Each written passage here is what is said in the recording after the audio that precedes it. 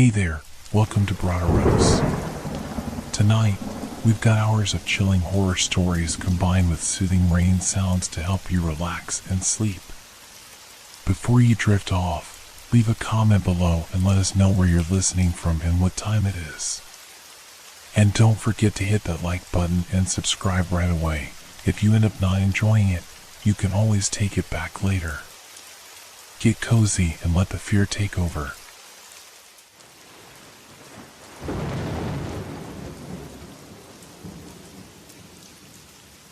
Shadow on the wall.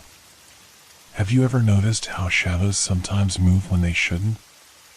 I used to think it was just my imagination, a trick of tired eyes or flickering lights. But after what happened in my apartment on Cedar Street in downtown Portland last winter, I'm not so sure anymore. My name is Sarah Mitchell, and I need to tell you my story while I still can, while my mind is still somewhat clear enough to separate reality from the darkness that's been consuming me these past few months. It started 3 weeks after my 32nd birthday. I had just moved into my dream apartment, a renovated industrial loft on the 4th floor of an old textile factory. The space was everything I'd wanted: exposed brick walls, huge windows, and enough room for both my home office and my growing collection of vintage vinyl records. The rent was surprisingly affordable for Portland's Pearl District, but I didn't question my luck. I should have. The first time I noticed something was wrong, I was working late on a deadline for my graphic design clients. The blue light of my MacBook screen cast a soft glow across my desk, and my third cup of green tea had gone cold beside my trackpad. Outside, the February rain tapped against the windows in that familiar Portland rhythm that usually helped me focus. That's when I saw it, a shadow on the brick wall to my right. At first, I dismissed it as my own silhouette, but then I realized I wasn't moving, and it was. The shadow seemed to pulse, like a beating heart, stretching and contracting in a way that defied the laws of physics. It reminded me of something from long ago that my mind refused to recall. I rubbed my eyes, blamed the caffeine and lack of sleep, but when I looked again, the shadow had changed. It had taken on a more distinct shape, almost human, but not quite. The edges were too sharp, the proportions slightly wrong, like a child's drawing of a person done by someone who never actually seen one. My first instinct was to turn on every light in the apartment, which I did, hands shaking as I moved from switch to switch. Under the harsh fluorescent lights, the shadow retreated, becoming just another normal cast of light and dark against the brick wall. I convinced myself it had been nothing more than exhaustion playing tricks on my mind. But that night, as I lay in bed trying to sleep, my phone buzzed with a text from an unknown number. The message contained just 4 words: "Remember what you did?" I sat up, heart pounding, because in that moment, the shadow on my bedroom wall began to move again. And this time, I recognized its shape. It was the same silhouette I'd seen 13 years ago, on the night everything went wrong at Lake Oswego. The night my best friend disappeared. The night I swore I'd never talk about again. As I watched, paralyzed, the shadow seemed to turn its head toward me, though it had no face, no features to speak of. But I could feel it watching me, studying me, waiting for me to crack under the weight of the memories it was forcing me to confront. I didn't sleep that night. Or the next. Because every time I closed my eyes, I could feel that shadow getting closer, its edges becoming sharper, more defined. And somewhere in the back of my mind, a voice that sounded suspiciously like my long-lost friend whispered, "You can't hide from your shadows forever, Sarah. Some darkness follows you until you face it." Little did I know, this was just the beginning of my descent into a nightmare that would force me to question everything I thought I knew about reality, guilt, and the shadows we all try to outrun. The next morning, I called in sick to my remote job. My eyes were raw from lack of sleep, and my hands wouldn't stop shaking enough to use my designer tablet anyway. I spent the morning sitting in my IKEA armchair, staring at the wall where I'd seen the shadow, trying to convince myself I was just experiencing some sort of delayed stress response from the move. But the text message wasn't a hallucination. It sat there in my phone, those 4 words burning into my retinas. Remember what you did? I tried calling the number back, but all I got was an automated message saying it wasn't in service. Classic. I hadn't thought about Lake Oswego in years, at least, that's what I told myself. The truth was, it haunted every relationship I tried to build, every friendship I attempted to maintain. How could I get close to anyone while I was carrying such a weight? When I knew what I knew? That summer 13 years ago, Jessica and I had been inseparable. We just graduated high school, and the world seemed full of possibilities. She was the brave one, always pushing me out of my comfort zone. "Come on, Sarah," she'd say, her blue eyes sparkling with that mischievous light I'd come to both love and fear. "Live a little." The lake house belonged to her parents, a beautiful A-frame cottage with a private dock and a boat we weren't supposed to use after dark. But that night, Jessica insisted. She'd been acting strange all week, dropping cryptic hints about something she discovered, something that would change everything. I pulled out my laptop and opened Google, typing Lake Oswego disappearance 2011 with trembling fingers. The articles were still there, yellowed with digital age, but unchanged.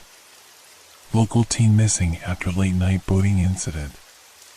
Search continues for Jessica Hayes. Lake Oswego mystery remains unsolved. What the articles didn't mention was the shadow we'd seen on the water that night. They didn't talk about the way the lake's surface had seemed to boil without heat, or how Jessica had screamed something about them being real just before she. A knock at my apartment door made me jump.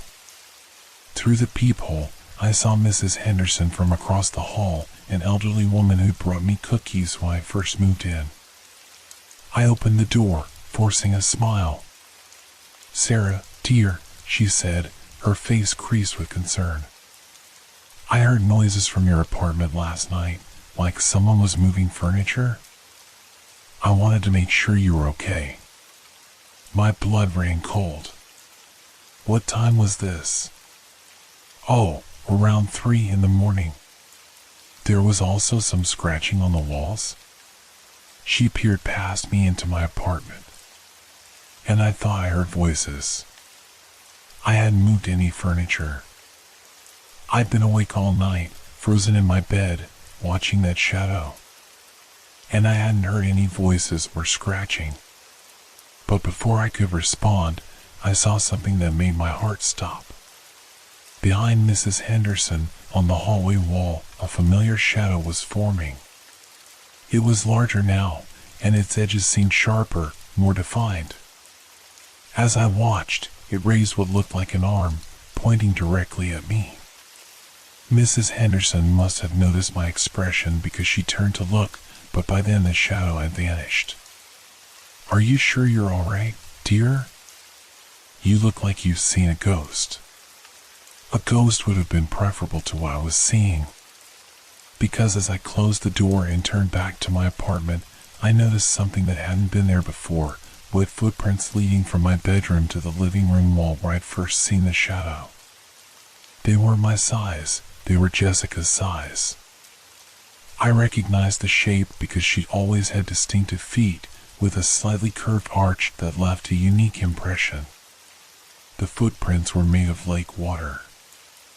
I could smell the distinctive algae-tinged scent of Lake Oswego, a smell that had haunted my nightmares for 13 years. As I watched, they began to evaporate, disappearing one by one, leading to the wall where the shadow had been. My phone buzzed again. This time, the message read, "They're coming through, Sarah." Just like that night. Just like you let them take me. The shadow on my wall began to pulse again, and this time, I swear I could hear Jessica's voice emanating from it, distorted as if coming from underwater. "You can't hide anymore, Sarah. It's time to tell the truth about what you saw. About what you did." And that's when I noticed something else, something that made my blood turn to ice in my veins. In the reflection of my apartment windows, I could see that my own shadow wasn't matching my movements anymore. It was moving on its own, reaching toward the wall where Jessica's shadow waited.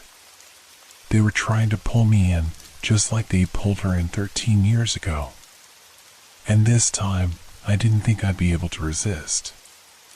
I ran. It wasn't brave or smart, but it was instinctive. Grabbing my phone and car keys, I fled my apartment, taking the stairs two at a time until I burst out into the pale Portland morning. The rain had stopped, but the sky remained an ominous slate gray, like the surface of Lake Oswego just before everything went wrong.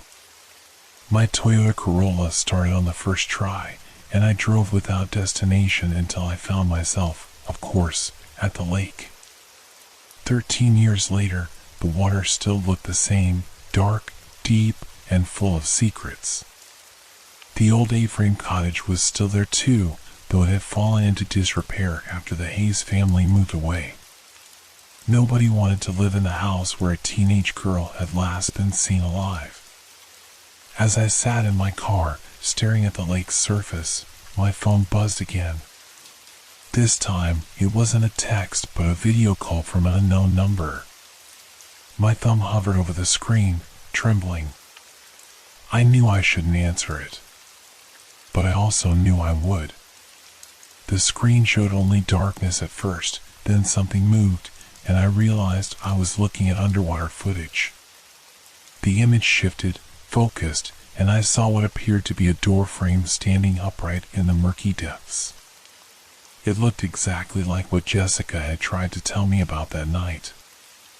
"There's something down there, Sarah," she'd said, her voice pitched with excitement and fear. "I saw it while I was swimming yesterday. It's like a doorway, but it shouldn't be there. And sometimes, things come through it." The video call shifted again, and suddenly I was looking at Jessica's face, not as she'd been 13 years ago, but as she was now, aged like me, but wrong somehow. Her skin had a greenish tint, and her eyes were completely black, like the depths of the lake itself. "You remember now, don't you?" Her voice came through distorted, bubbling. "You remember what you saw when you dove in after me? What you chose to swim away from?" I did remember. God help me, I remember everything. That night, when Jessica had insisted on taking the boat out, she brought a waterproof camera with her. She wanted to document what she'd found. We'd anchored over the spot she'd marked, and she dived in despite my protests. I'd watched her flashlight beam disappear into the depths. 5 minutes passed. Then 10. When she didn't surface after 15 minutes, I'd finally gathered my courage and dived in after her. The water had been cold, so cold it felt like knives in my skin. My own flashlight had revealed something impossible, a rectangular frame of black stone standing upright on the lake bed, covered in symbols that seemed to move when I looked directly at them. And through that frame, I'd seen them. Shapes that didn't make sense, geometries that hurt my eyes to look at. And Jessica was there, reaching toward them as they reached for her with limbs that weren't quite arms. I could have grabbed her. I could have pulled her back. Instead, I turned and swam away as fast as I could, telling myself that what I'd seen couldn't be real. The video call ended abruptly, and my screen showed a new text: "Come home, Sarah. See what's coming through your wall." A shadow fell across my car's windshield, but when I looked up, there was nothing there to cast it. My phone showed one more message: "They've been waiting 13 years to meet you properly." I started my car again, hands shaking so badly I could barely grip the steering wheel. But I knew I couldn't run anymore. Whatever was in my apartment, whatever had taken Jessica, whatever had been patient enough to wait 13 years for me, it wasn't going to stop until it had finished what it started that night at the lake. As I drove back toward downtown Portland, every shadow I passed seemed to turn to watch me. Every dark space held movement. And in my rearview mirror, I caught glimpses of something following my car, a darkness deeper than darkness, moving with purpose. The truth I'd been running from for 13 years was finally catching up to me, and it was wearing my best friend's face. The elevator in my building was out of service, of course it was. As I climbed the stairs to the 4th floor, each shadow in the stairwell seemed to reach for me. The emergency lights flickered, their dying fluorescent bulbs creating a strobe effect that made the shadows dance and twist in ways that defied physics.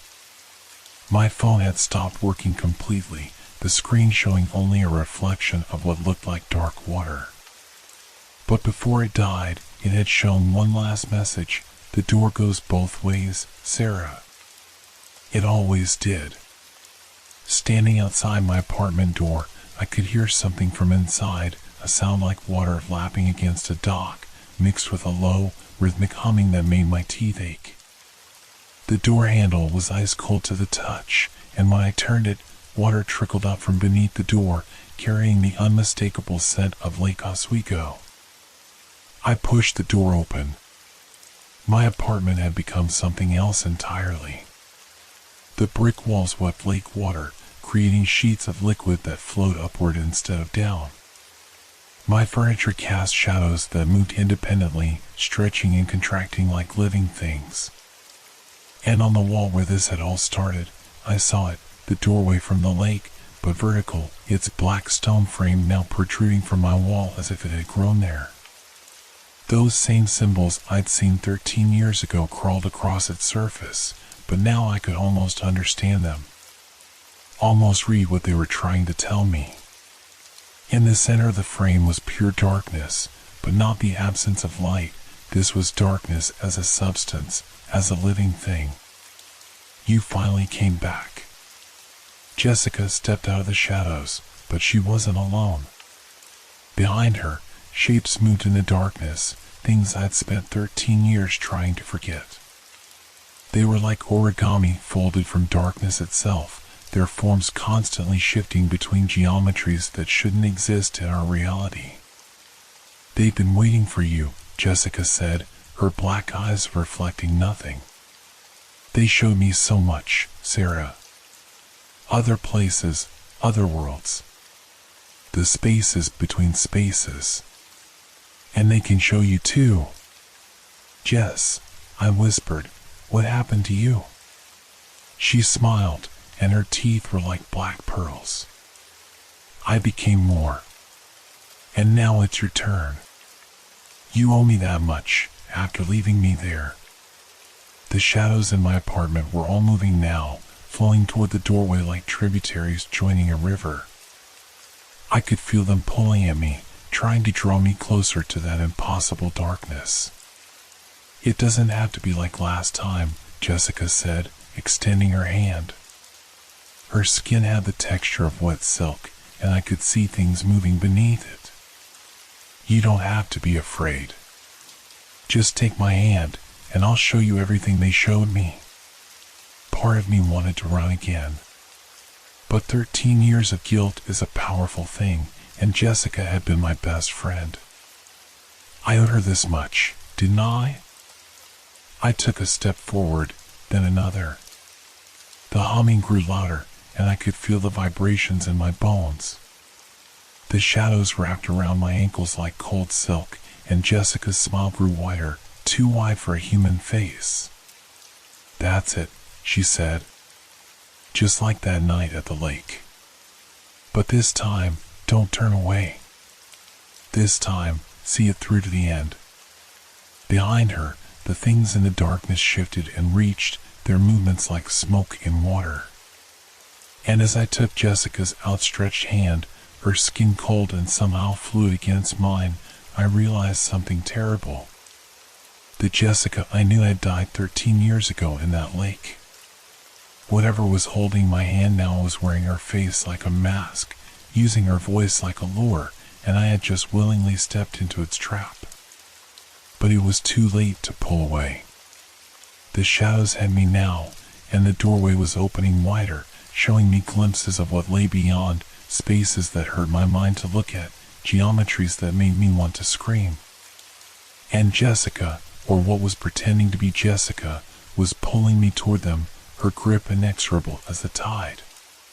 The first thing they take from you is your shadow. I watched mine peel away from my feet like dark water, joining the writhing masses of darkness that surrounded us. The second thing they take is your certainty about what's real and what isn't. I'm writing this now from somewhere.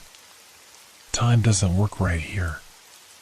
Space folds in on itself like wood origami, and sometimes I see fragments of other places bleeding through the darkness, other apartments, other lakes, other doors.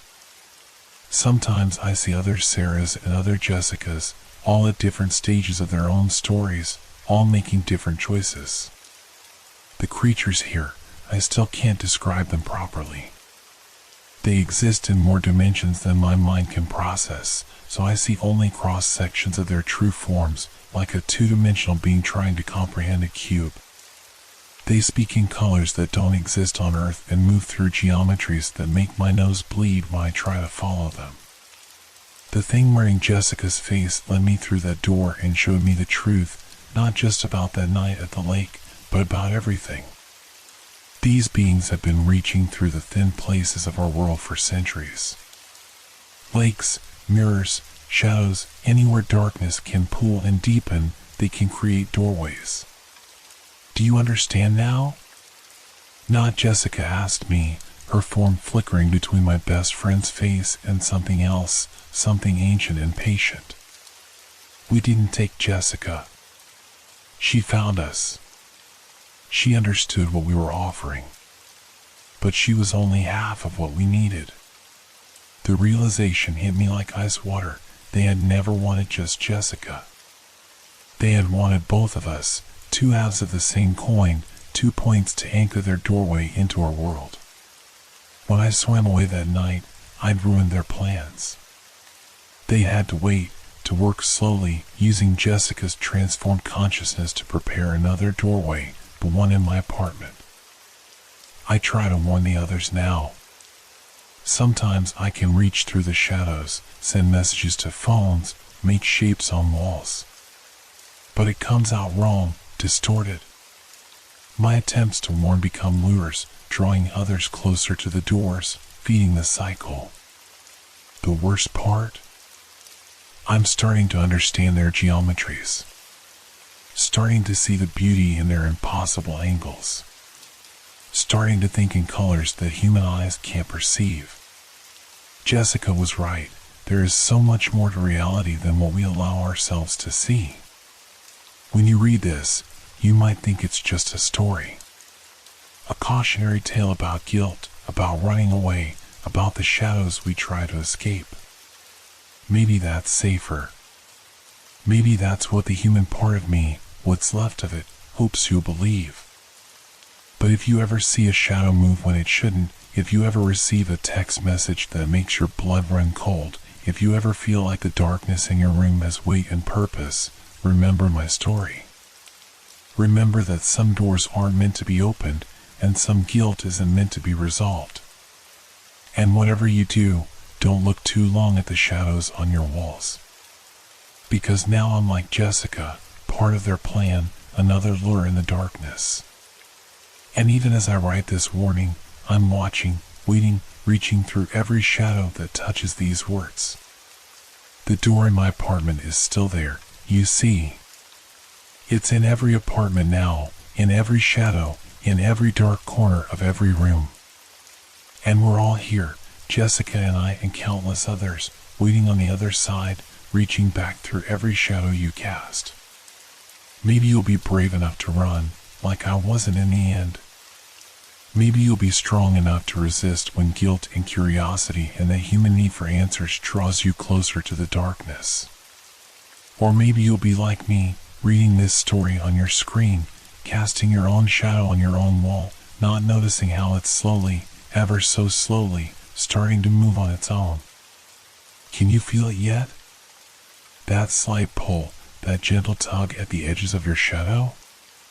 Don't look now, but something's reading over your shoulder. And it's wearing my face.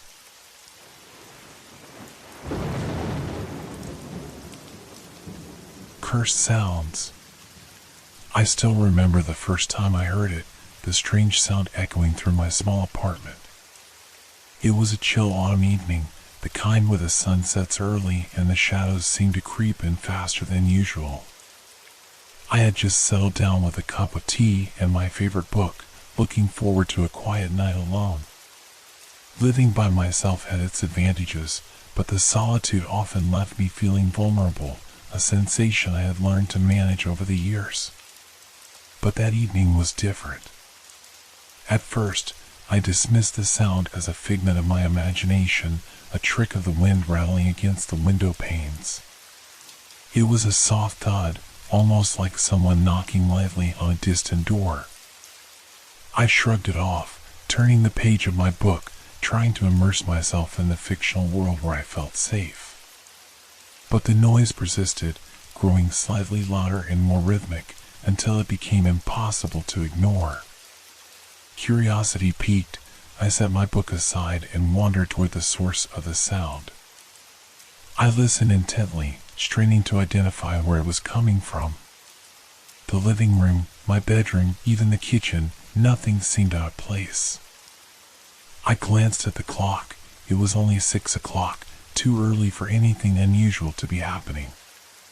Yet the sound continued, a haunting whisper just out of reach, echoing in the back of my mind. What is that? I muttered to myself, peering into the dark corners of my apartment. The sound swelled, almost like a heartbeat, steady and unyielding. With each passing moment, a sense of dread began to creep in. I was alone, yet I felt as if I were being watched. Deciding I needed to confront whatever was making the noise, I returned to the living room and sat on the couch, my heart racing. The sounds were no longer just thuds, they morphed into faint whispers that danced at the edge of my hearing, unintelligible yet undeniably eerie. I closed my eyes, hoping it would fade away, but instead, the whispers grew louder. "Please, stop," I whispered, trying to reason with the unknown. But my plea fell on deaf ears. The air around me thickened, as if the very atmosphere had become heavy with unspoken words. After what felt like an eternity, I decided to investigate further. I rose from the couch, hesitating before stepping into the dimly lit hallway. Each creak of the floorboards beneath my feet sounded like thunder in the silence. As I moved deeper into my apartment, the whispers began to coalesce into something resembling my name. Emily. Emily. My pulse quickened at the sound. What, was calling me? The hallway stretched endlessly, shadows shifting as if they had a life of their own. I felt a pull, an unseen force guiding me toward my bedroom, where the noise was now distinctly louder. My mind raced with possibilities, and a sinking feeling settled in my stomach. I reached the door, heart pounding, and paused. The air felt electric, charged with an energy that made my skin crawl. Gripping the doorknob, I turned it slowly and pushed the door open. The room was dark, save for the sliver of light spilling in from the hallway, but it was enough to reveal the familiar chaos of my life, clothes strewn about, books piled haphazardly on the desk. But the whispers grew frantic, urgency pulsing through the air as I crossed the threshold. "Emily, come closer." Emily. With trembling hands, I switched on the light, illuminating the room. My breath hitched in my throat at the sight before me. The walls, once a comforting pale blue, now appeared to be shifting, the paint warping as if something was pushing against it from the other side. The whispers crescendoed into a cacophony of voices, each one distinct yet layered with a haunting quality. I felt a cold breeze sweep past me, and I shivered. "Enough!" I shouted, my voice cracking in the stillness. The room fell silent. I stood there, heart racing, waiting for the echoes to return. But all that met my ears was my own breathing. Yet, deep down, I knew this wasn't over. The silence felt ominous, like the calm before a storm. I felt a growing need to uncover the source of the sounds, to understand what was happening in my apartment. I couldn't ignore it any longer. As the days turned into nights, the whispers returned, each time more insistent than the last. I began to notice patterns in the sounds, rhythmic thumps that followed me, soft cries that seemed to originate from the walls themselves. Sleep became a distant memory. I couldn't close my eyes without feeling the weight of unseen eyes watching me, judging me. Determined to find the source of the disturbance, I started to explore every inch of my apartment, searching for something, anything, that could explain the cursed sounds. I checked every closet, rummaged through drawers, and peered behind furniture, but nothing appeared out of the ordinary. The haunting noises were relentless, a constant reminder of my growing paranoia. One night, after days of fruitless searching, I found myself staring at the living room wall, the whispers echoing louder than ever. The noise seemed to pulse with a life of its own, resonating through the walls.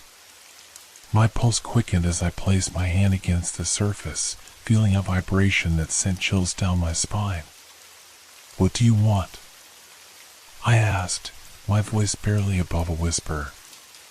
The answer came in a rush of cold air, a wave of desperation that enveloped me. The sounds morphed into a piercing scream, echoing in my mind. I staggered back, fear flooding my senses. "Stop!" I cried, clutching my head as I stumbled backward. It was too much. I couldn't take it any longer. But just as suddenly as it began, the noise ceased, leaving an unsettling silence in its wake. My heart raced as I leaned against the wall, gasping for breath. The sudden calm felt wrong, like the eye of a storm before chaos would reign again. Suddenly, a thought struck me. What if the source wasn't in the apartment itself, but something I had brought in with me? I rushed to my bookshelf, scanning the titles frantically.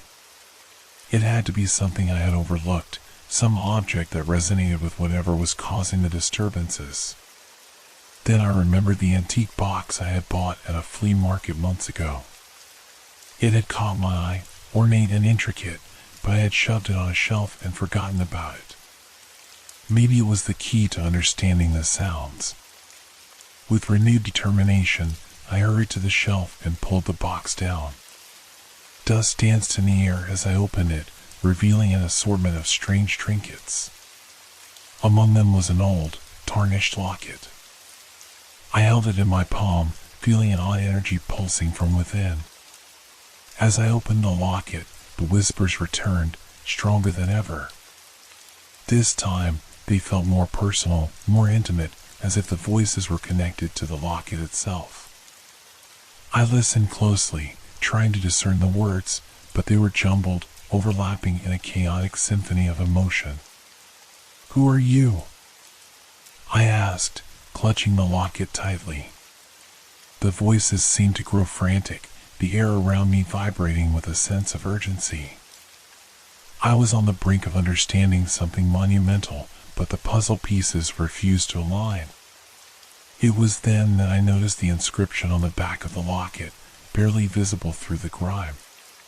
"To my beloved, forever yours." The words struck a chord deep within me, and the voices intensified, swirling around me like a tempest. Suddenly, a vision flashed before my eyes, a fleeting image of a woman, sorrow etched into her features, holding the locket tightly against her chest.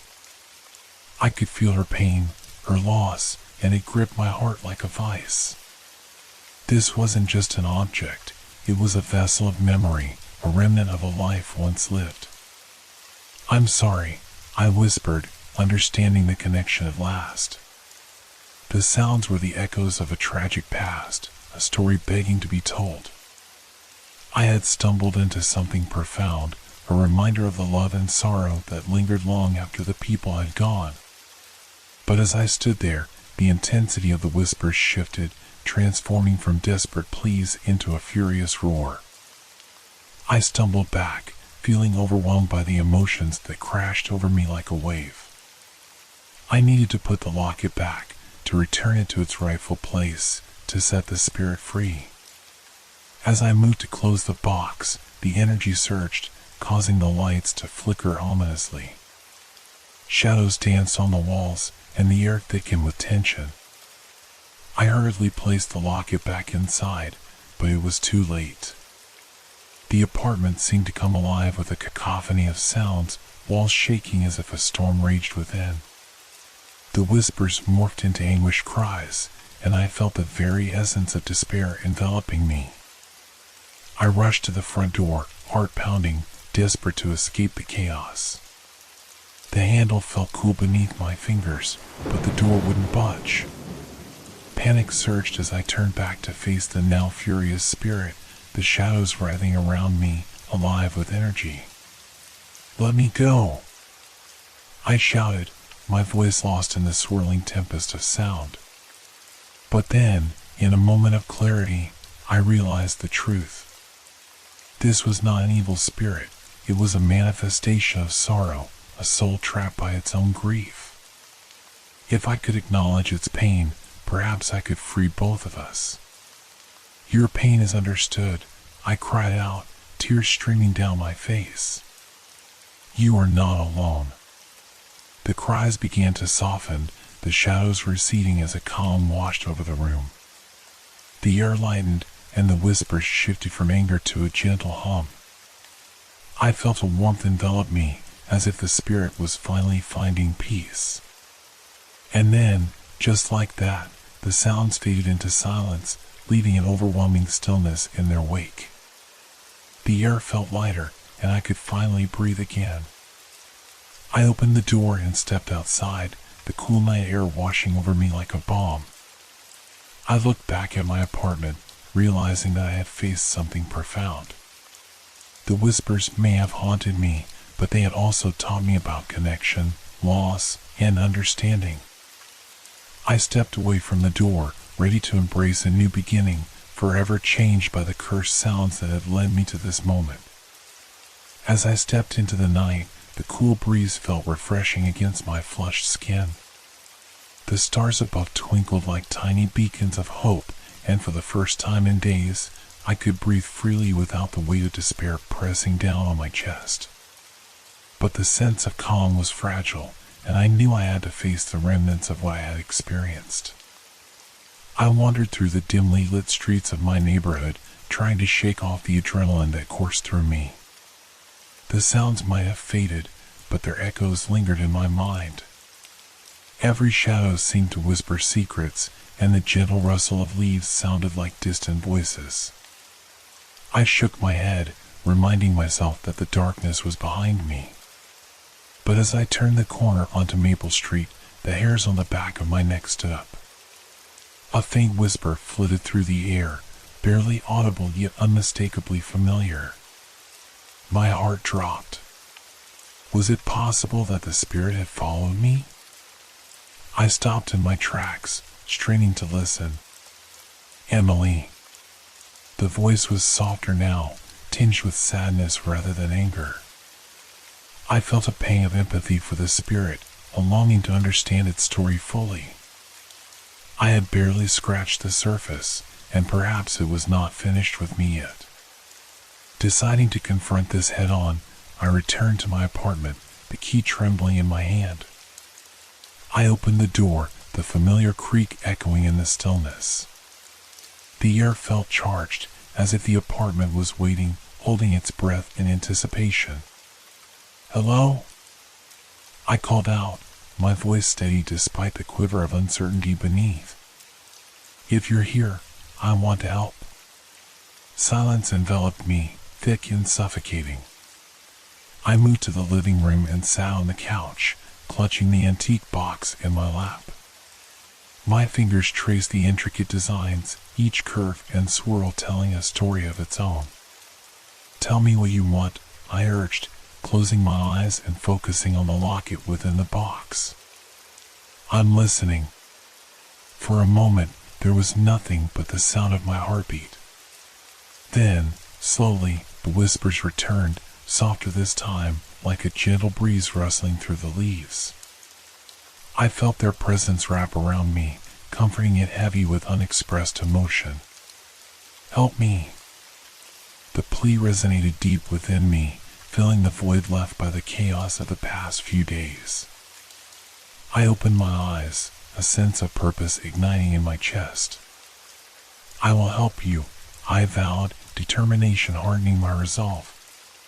But I need to know more. I need to understand what happened to you. The whispers swirled, coalescing into something resembling words. They spoke of love and loss, of a woman named Sarah who had lived in this very apartment decades ago. The tales of her heartache and longing unfolded like the pages of a worn-out book, each detail sharpening my understanding of the pain that lingered here. I could see flashes of her life, memories playing out like a film reel. Sarah had loved deeply, but her happiness was shattered when her partner disappeared under mysterious circumstances. The sound of laughter that once filled these walls was replaced by silence, the echoes of her heartache resonating through time. Why did you keep this here? I asked, holding the locket up as if it were a lifeline. Why do you still linger? In response, the atmosphere shifted, heavy with sorrow. I felt the walls tremble with emotion, a storm brewing as Sarah's story poured forth. She had never found closure, trapped in a cycle of grief that held her spirit captive. I understood now, the whispers were not mere hauntings but echoes of her unresolved pain. With renewed clarity, I knew I had to help her find peace. Let me find out what happened to him, I promised. I will uncover the truth, Sarah. You deserve to be free. As I spoke those words, the atmosphere lightened, the whispers softening into a melodic hum. I felt the warmth of Sarah's gratitude wash over me, a gentle acknowledgement of our shared connection. It was time to uncover the past, to piece together the fragments of a story long lost to time. Days turned into nights as I delved into research, uncovering the history of my apartment and the life Sarah once led. I spent hours at the local library, poring over old newspapers, sifting through records that spoke of a time long forgotten. Finally, I stumbled upon a name, Michael Hayes. He was the love Sarah had lost, and his disappearance had sent ripples through the community. The articles hinted at whispers of tragedy, a boating accident, a storm that had swept through the area, taking him from her forever.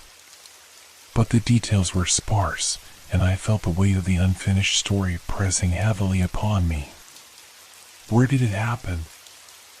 I murmured to myself, determination brewing within me. I needed to visit the site, to immerse myself in the last remnants of their love. The following weekend, I drove to the nearby lake where the accident had occurred. The sun hung low in the sky, casting a golden hue over the water, creating an ethereal atmosphere. I parked my car and stepped onto the weathered dock, the wooden planks creaking beneath my weight. As I stood there, I could almost feel Sarah's presence, her spirit intertwined with the very essence of the lake.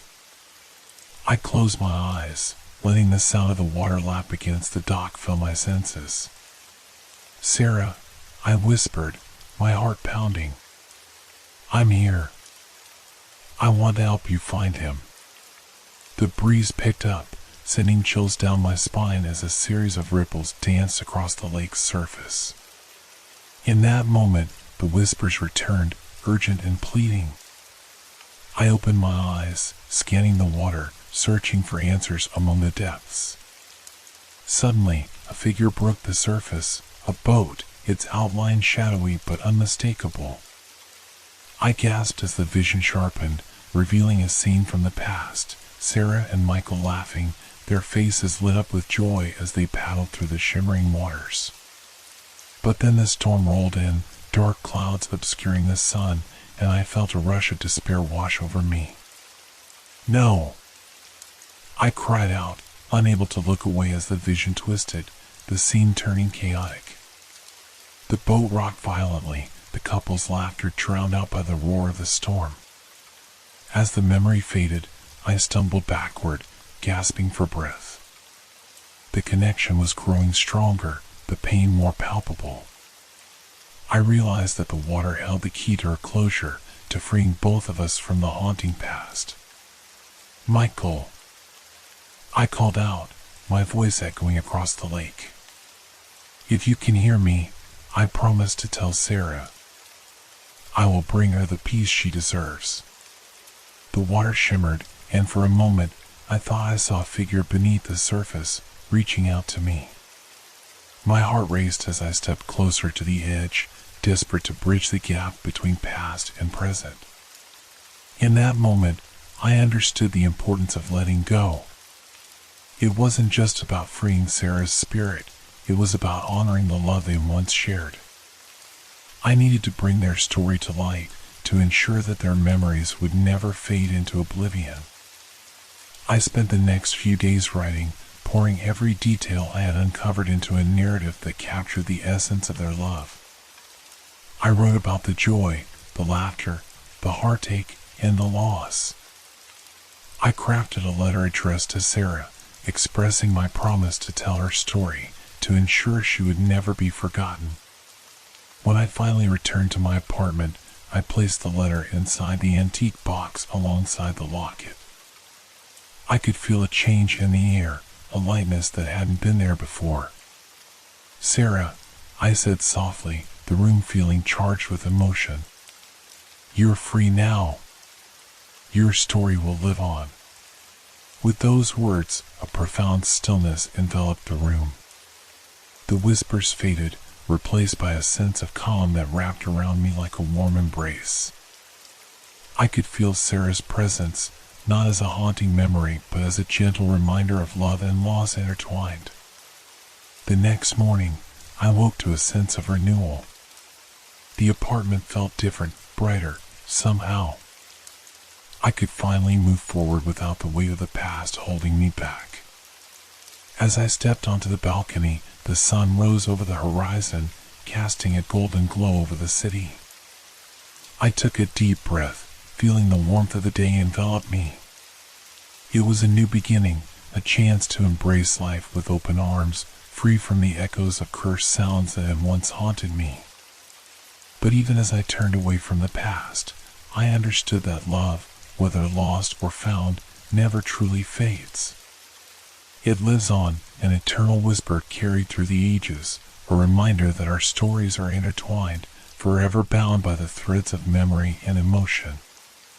As days turned into weeks, the echoes of Sarah and Michael's love story lingered in my mind, shaping my days with a bittersweet nostalgia.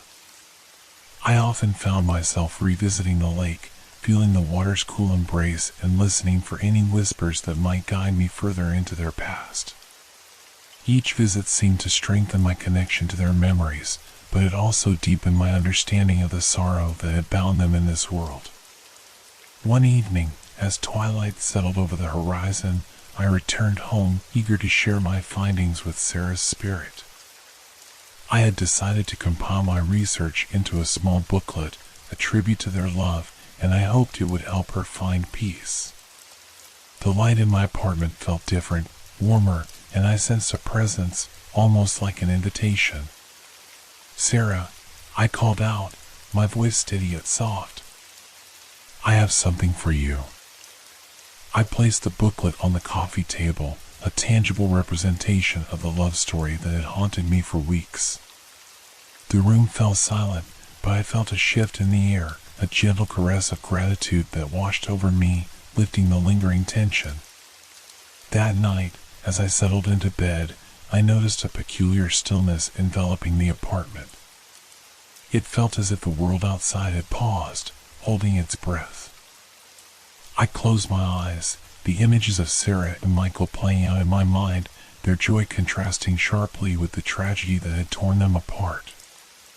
In the depths of my sleep, I was awakened by the sound of soft weeping, delicate yet heart-wrenching. My heart raced as I sat up, the darkness wrapping around me like a shroud. The sound was coming from the living room, a low, mournful wail that tugged at my heartstrings. Cautiously, I swung my legs over the edge of the bed and stepped into the hallway, the floor cool beneath my feet.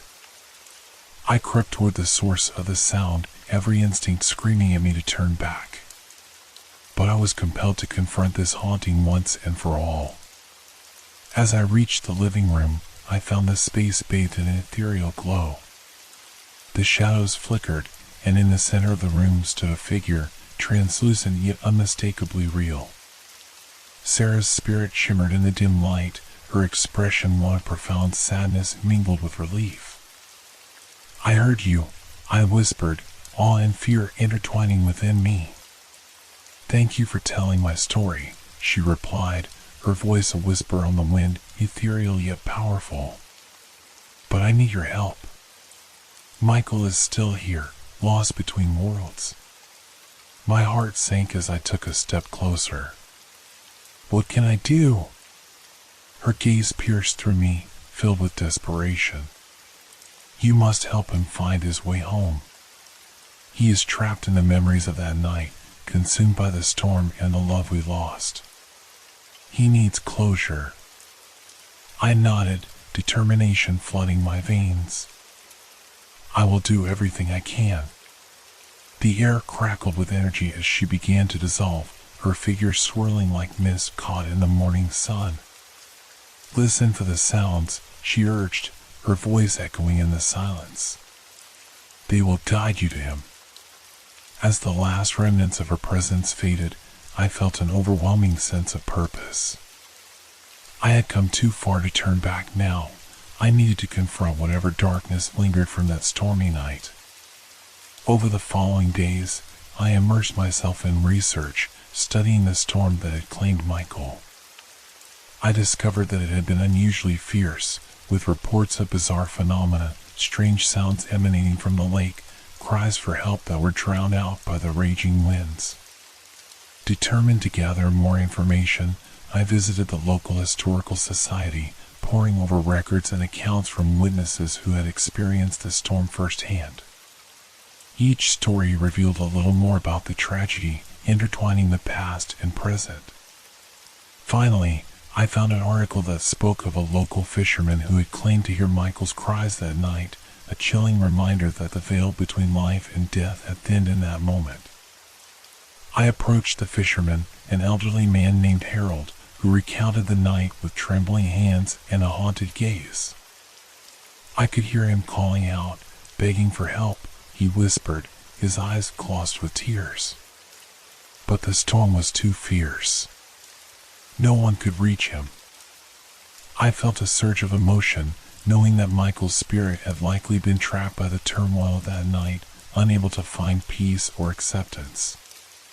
"Do you think he is still here?" I asked, my voice barely above a whisper. Harold nodded solemnly. "Many believe the souls of those lost in such storms remain bound to the place where they perished.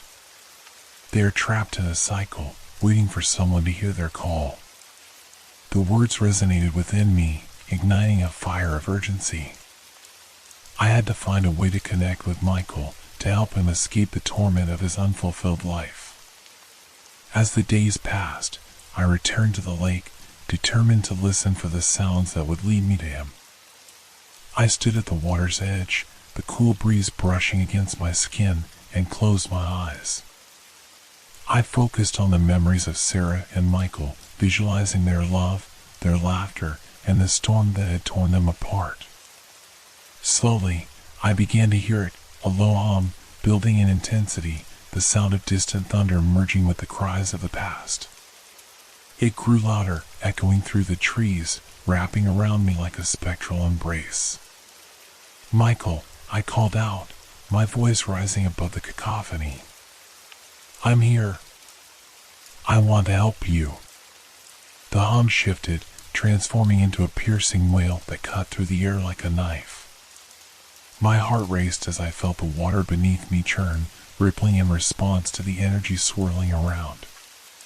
"Please," I pleaded, desperation surging through me. "Show me where you are." The wind picked up, swirling violently, and in that moment, I glimpsed a figure beneath the water, struggling to break free from the depths. It was Michael, his face twisted in anguish, reaching out for salvation. I stumbled backward, gasping as I felt the weight of his despair pressing down on me. "Michael," I cried out, my voice trembling. "I won't let you go." In that moment, the lake erupted in a tempest of water, the surface breaking apart as Michael emerged, his spirit rising with a desperate howl. "Help me," he screamed, his voice raw with desperation. I reached out, my heart pounding as I fought against the fear that gripped me. "I'm here. I won't leave you." But the storm raged, the sounds intensifying as Michael's spirit was pulled back toward the depths. I could feel the darkness swirling around him, threatening to drag him back into the abyss. "Fight it," I urged, tears streaming down my face. "You have to let go. You are not bound to this place." As I spoke those words, I felt the weight of Sarah's love wrap around me, filling the air with warmth. "Michael," I shouted, my voice echoing across the lake. "Sarah is here. She's waiting for you." For a moment, silence fell, and I saw a flicker of recognition in Michael's eyes.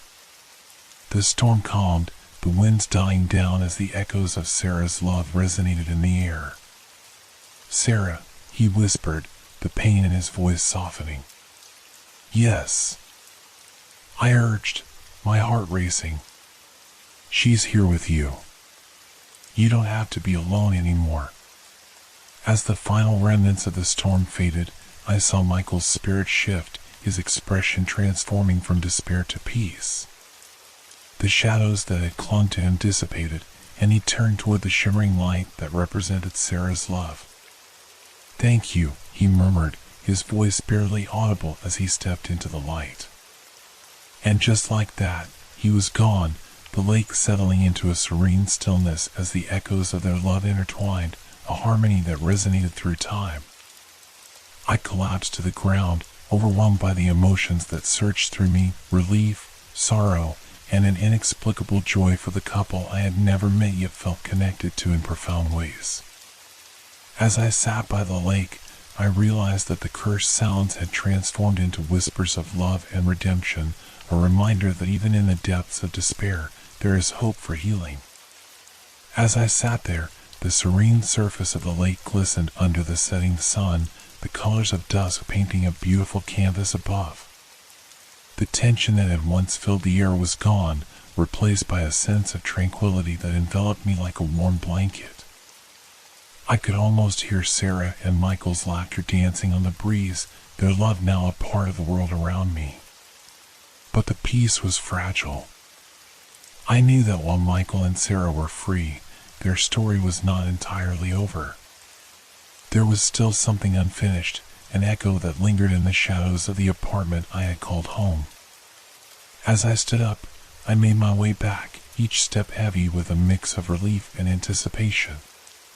The moment I stepped into my apartment, I felt a shift in the atmosphere. It was as if the walls themselves were breathing, holding onto the remnants of what had occurred. The faint sound of music played softly in the background, something I had never left on. It created a haunting melody that seemed to resonate with my thoughts, drawing me back to the chaos and fear I had experienced. "Sarah?" I called out, my voice uncertain. No answer came, but the music grew louder, and I felt an irresistible urge to follow its rhythm. I moved toward the living room, where the soft light flickered, illuminating the pages of the booklet I had created for them. The music seemed to pulse with life, filling the space with an energy that felt both familiar and otherworldly. As I reached the table, I noticed that the pages of the booklet had flipped open to a specific entry, one I had written about the moment Sarah and Michael had spent by the lake. The words glimmered with a life of their own, shimmering in the dim light as if inviting me to read them aloud. I hesitated, the weight of the moment pressing down on me. But the melody surged again, urging me to connect with their spirits one last time. Taking a deep breath, I began to read the words I had penned with such care. In the heart of the storm, their love was tested, but even the fiercest winds could not extinguish the flame they had ignited in each other's souls. As I spoke, the air shifted once more. The temperature dropped, and I felt a gust of wind sweep through the room, rustling the pages as if the very essence of Sarah and Michael was surrounding me. Remembering each shared laugh, each gentle touch, they fought against the darkness that sought to tear them apart. I continued, my voice steadying as the music swelled around me. And then it happened. The air thickened, charged with an electricity I couldn't explain. The shadows in the corners of the room deepened, swirling like smoke, coalescing into two distinct figures, Sarah and Michael, standing before me in a radiant glow. "We are free," Sarah whispered, her voice like a soft caress. "Thank you for bringing us together," Michael added, his expression filled with warmth and gratitude. I felt tears welling up in my eyes, a mix of joy and sorrow flooding through me. I couldn't have done it without your love. You showed me that even in death, you were never truly apart. Their smiles were ethereal, filled with the kind of love that transcends time and space. "You listened when others wouldn't," Sarah said. "You heard our cries and gave us a voice." I took a step closer, my heart racing. "But what happens now? Will you remain here?" "No," Michael replied, his gaze steady and resolute. "We are bound to the lake, but our love will echo through time. You have helped us find peace, and now we can move on." A wave of emotion crashed over me, and I felt a warmth enveloping my heart. "I'll always carry your story with me," I promised, my voice breaking. With that, they stepped back, their forms shimmering in the fading light. "Remember us, but do not dwell in sorrow. Life continues, and so must you." As their figures began to dissolve, the music faded to a whisper, the last notes hanging in the air like a promise. I stood alone in the living room, the stillness settling around me like a comforting embrace. The shadows melted away, leaving behind the soft glow of the evening light. I understood now that while the sounds that had haunted me had brought forth fear and darkness, they had also led to the discovery of a beautiful love story, a tale of connection that had transcended life itself. I took a deep breath, feeling lighter than I had in weeks. I realized I had to share their story with the world, to honor the love that had endured against all odds. As I sat down to write, the words flowed like a river, pouring out of me in a torrent of emotion. Days turned into nights as I worked tirelessly, fueled by a sense of purpose and inspiration. I transformed my research into a full-fledged book, capturing the essence of Sarah and Michael's love, the darkness of the storm, and the hope that had emerged from despair. Finally, the day arrived when I held the completed manuscript in my hands, feeling the weight of their story resting in my palms. I decided to host a small gathering at my apartment, inviting friends and family to share the tale that had changed my life forever. As I read aloud from the pages, I could feel Sarah and Michael's presence surrounding me, their energy filling the room. I shared their journey, the pain of their loss, and the triumph of their love. My audience was captivated, hanging on to every word, their faces reflecting a range of emotions: sorrow, joy, and ultimately, hope. By the end of the night, as the last words echoed in the air, I felt a deep sense of fulfillment. I knew I had honored their memory, and the sounds that once cursed me had transformed into a melody of love and redemption. With the final echoes of the evening fading away, I stepped onto my balcony, the cool night air brushing against my skin. I gazed up at the stars, each one a beacon of light in the darkness, and I whispered a silent thank you to Sarah and Michael. Your love will live on, I promised, knowing that their story would resonate in the hearts of those who heard it. And as the gentle wind danced through the night, I felt a renewed sense of peace, the haunting sounds of the past replaced by the harmonious whispers of love that would guide me into the future. The days passed, and life began to return to a semblance of normalcy. I immersed myself in my writing, pouring every ounce of emotion into the pages of my book. Each chapter felt like a tribute to Sarah and Michael, and as I typed, I felt as though their spirits were guiding me, whispering encouragement and inspiration in my ear. As I shared snippets of my work with close friends, I was met with overwhelming support. Their interest fueled my passion, and I knew I was on the right path. However, despite the love and excitement surrounding my project, I couldn't shake a lingering feeling of unease. One evening, as I was sitting on my couch, a sudden chill swept through the room, causing me to shiver. The air turned heavy, and I felt as though I was being watched. I glanced around, my heart racing, but saw nothing out of the ordinary. Just the remnants of my imagination, I told myself, shaking my head. But then came this sound, the faintest echo of a whisper, almost lost in the background noise of my apartment. I paused, straining to listen. "Hello?" I called out, my voice trembling slightly. Silence enveloped me, and I forced myself to breathe deeply. I had faced my fears and confronted the darkness that had haunted me. I wasn't going to let a mere sound unsettle me. I returned to my manuscript, focusing on the soothing rhythm of my fingers tapping against the keyboard. Just as I began to lose myself in the words, the whisper returned, clearer this time. It was a soft, melodic sound, like a lullaby drifting through the air. "Sarah?" I whispered, my heart pounding. I stood up, feeling compelled to follow the sound. The whisper seemed to draw me toward the hallway, where the shadows loomed heavier. I took cautious steps, my pulse quickening with every move I made. As I reached the end of the hall, I paused outside the door to the spare room, one I rarely entered since the events that had transpired. The door creaked open slightly, revealing a sliver of darkness beyond. Taking a deep breath, I stepped inside, the door shutting softly behind me. The room felt different, charged with an energy that made the hairs on the back of my neck stand up. The air was thick, and the faint sound of whispers surrounded me, swirling like a gentle breeze. "Help us," the voices echoed softly, a haunting plea that sent chills coursing through my veins. I froze, my heart racing. "Who are you?" I asked, my voice barely a whisper. "Help us," they repeated, the urgency in their tone rising.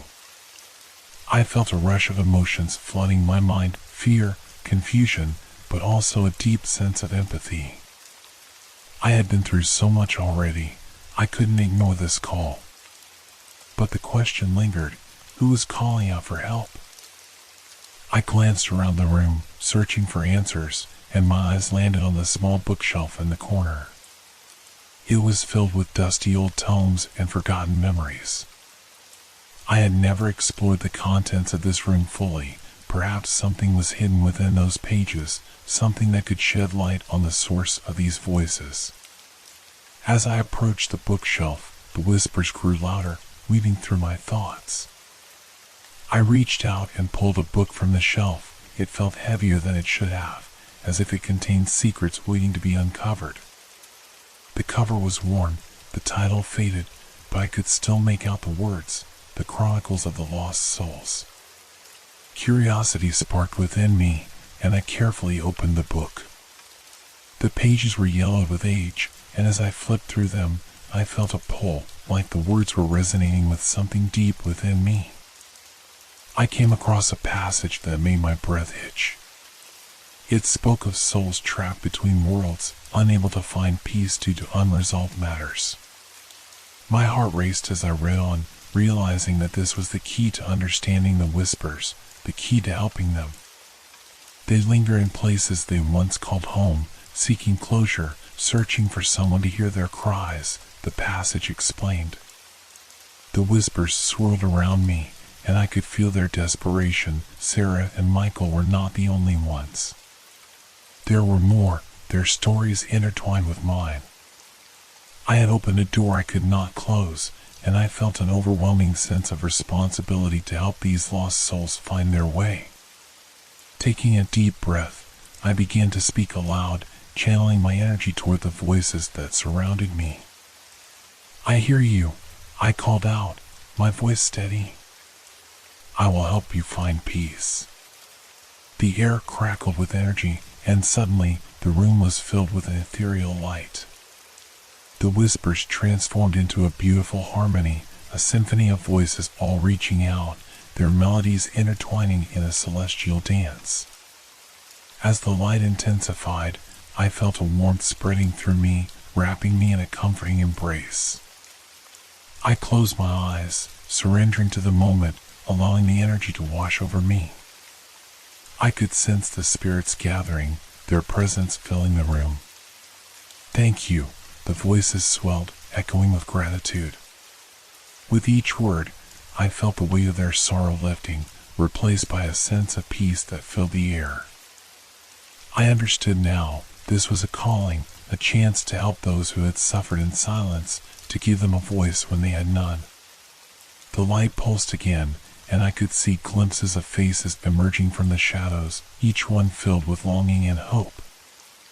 I opened my eyes, looking around the room as the whispers became clearer, each one telling a story of love, loss, and the desire to be remembered. "I will write your stories," I promised, my voice firm. "I will share your pain, your joy, and your love with the world. You will not be forgotten." The energy in the room surged, and I felt a connection, a bond forged in shared experiences and mutual understanding. I understood that this journey was far from over, it had merely begun. As I stepped back from the bookshelf, the whispers faded, but I knew they were still there, lingering in the corners of my mind. I was determined to uncover the truth behind their stories and share them with others. I couldn't ignore the calling any longer. With renewed purpose, I left the room, knowing that my life was forever changed. The cursed sounds that once plagued me had transformed into a powerful force, a catalyst for healing and connection. I returned to my desk, the weight of the world resting on my shoulders, but I felt a sense of strength coursing through me. I was ready to face whatever challenges lay ahead, to embrace the unknown, and to help those who needed it most. As I settled down at my desk, the atmosphere felt charged with possibility. I pulled out my notebook and began jotting down notes, my mind racing with ideas for the stories of those lost souls. Each voice that had reached out to me carried with it a unique tale, a tapestry of experiences woven together by grief and longing. I knew I needed to approach each story with care, honoring the memories and emotions that came with them. The weight of this responsibility settled heavily on my shoulders, but it also ignited a flame within me, pushing me to dive deeper into the unknown. That night, I found myself working late into the early hours, the words pouring out of me like a torrent. I wrote about Sarah and Michael, exploring their lives, their love, and the tragedy that had taken them too soon. I felt a connection to them, a bridge forming between our lives as I shared their story through my writing. The sounds around me had transformed. What had once been haunting whispers now became a backdrop to my creativity, almost guiding my pen across the pages. I immersed myself in their world, feeling as if I were walking alongside them, experiencing their joys and sorrows firsthand. But as I delved deeper, I began to notice something unsettling. The further I went, the more the whispers morphed into a dissonant chorus. The stories I told seemed to resonate with some unseen force, and I could feel it pulling at my consciousness. I glanced out the window, noticing how the moon hung low in the sky, casting an eerie glow over the street below. Shadows danced in the corners of my vision, and for a moment, I could have sworn I saw figures lurking just beyond the light. My heart raced as unease crept back into my mind, but I shook it off, reminding myself of the purpose behind my work. The following days blurred together as I continued to write. The souls I uncovered were not just echoes of the past, they became my companions. Each night, I would sit at my desk, feeling their presence surround me as I transcribed their stories. I could hear their laughter and tears in the whispers that filled the room, and I knew they were grateful for the chance to be heard. But with every story I uncovered, the shadows grew longer and the atmosphere became heavier. I began to experience moments of sleep paralysis, those terrifying episodes where I would wake in the middle of the night, unable to move, paralyzed by fear. Each time, I would feel the presence beside me, an unseen weight pressing down, a reminder of the souls I was trying to help. I would hear their pleas echoing in my mind, a desperate call for closure, for the world to remember them. It was as if they were tethering themselves to me, their energy intertwining with mine. One evening, after a particularly vivid episode, I stumbled out of bed and made my way to the bathroom, splashing cold water on my face. Staring into the mirror, I could see the exhaustion etched on my features, dark circles under my eyes, and a pallor that hadn't been there before. I took a deep breath, trying to shake off the lingering dread. "Get it together," I muttered to myself. "You can't let this consume you." But as I returned to my desk, I could feel the weight of their stories pressing down on me. I took a moment to breathe, gathering my thoughts before diving back into the pages. It was then that I noticed something unusual. A letter had slipped from between the pages of my notebook. I picked it up, feeling a chill run through me as I recognized the handwriting. It was Sarah's. Heart racing, I unfolded the note. It read, "We need you to find the truth. The sounds will guide you, but be careful. Not all spirits seek peace." My breath caught in my throat. What did this mean? I felt a shiver run down my spine, a warning that resonated deep within me.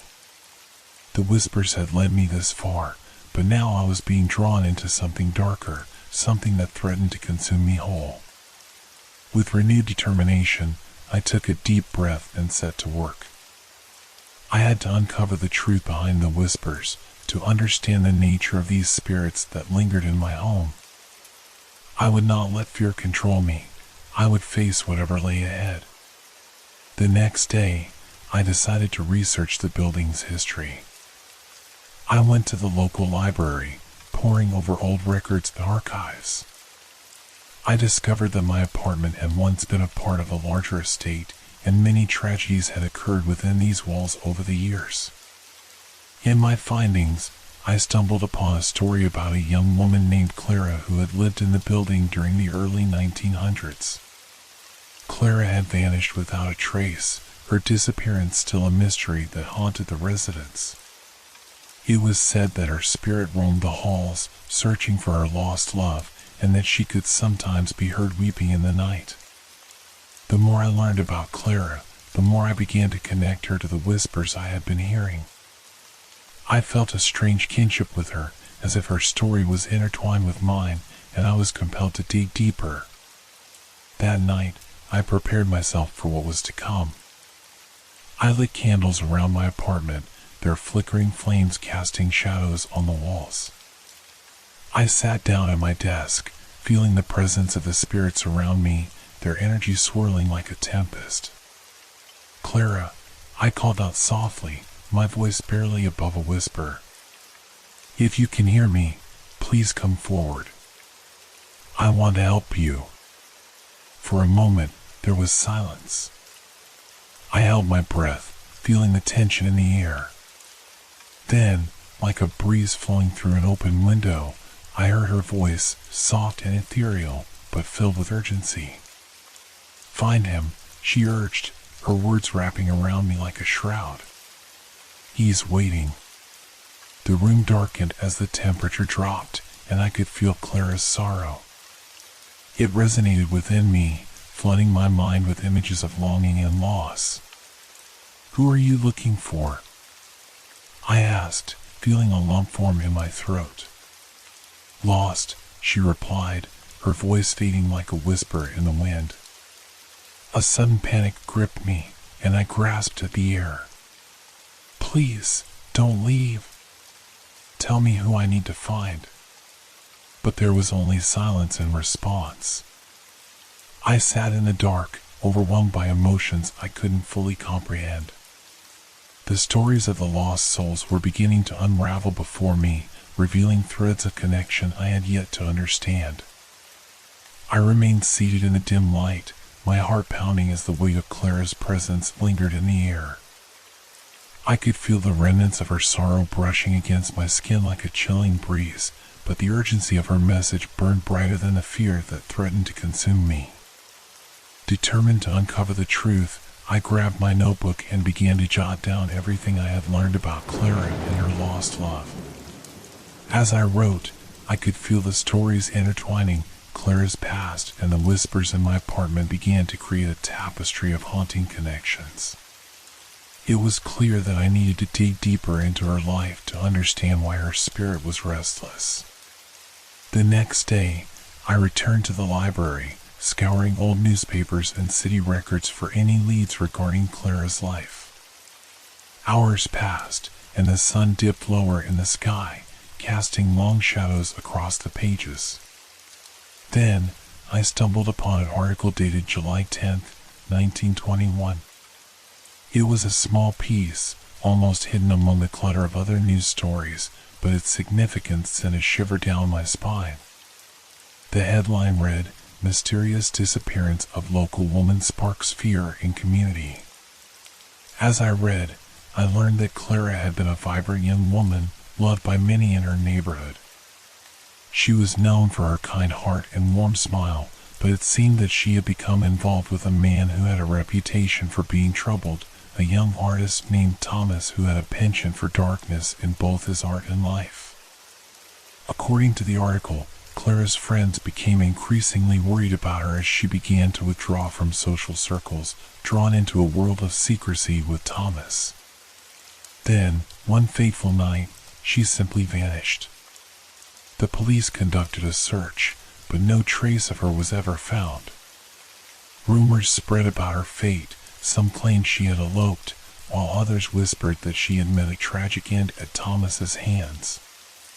My heart ached as I absorbed the details.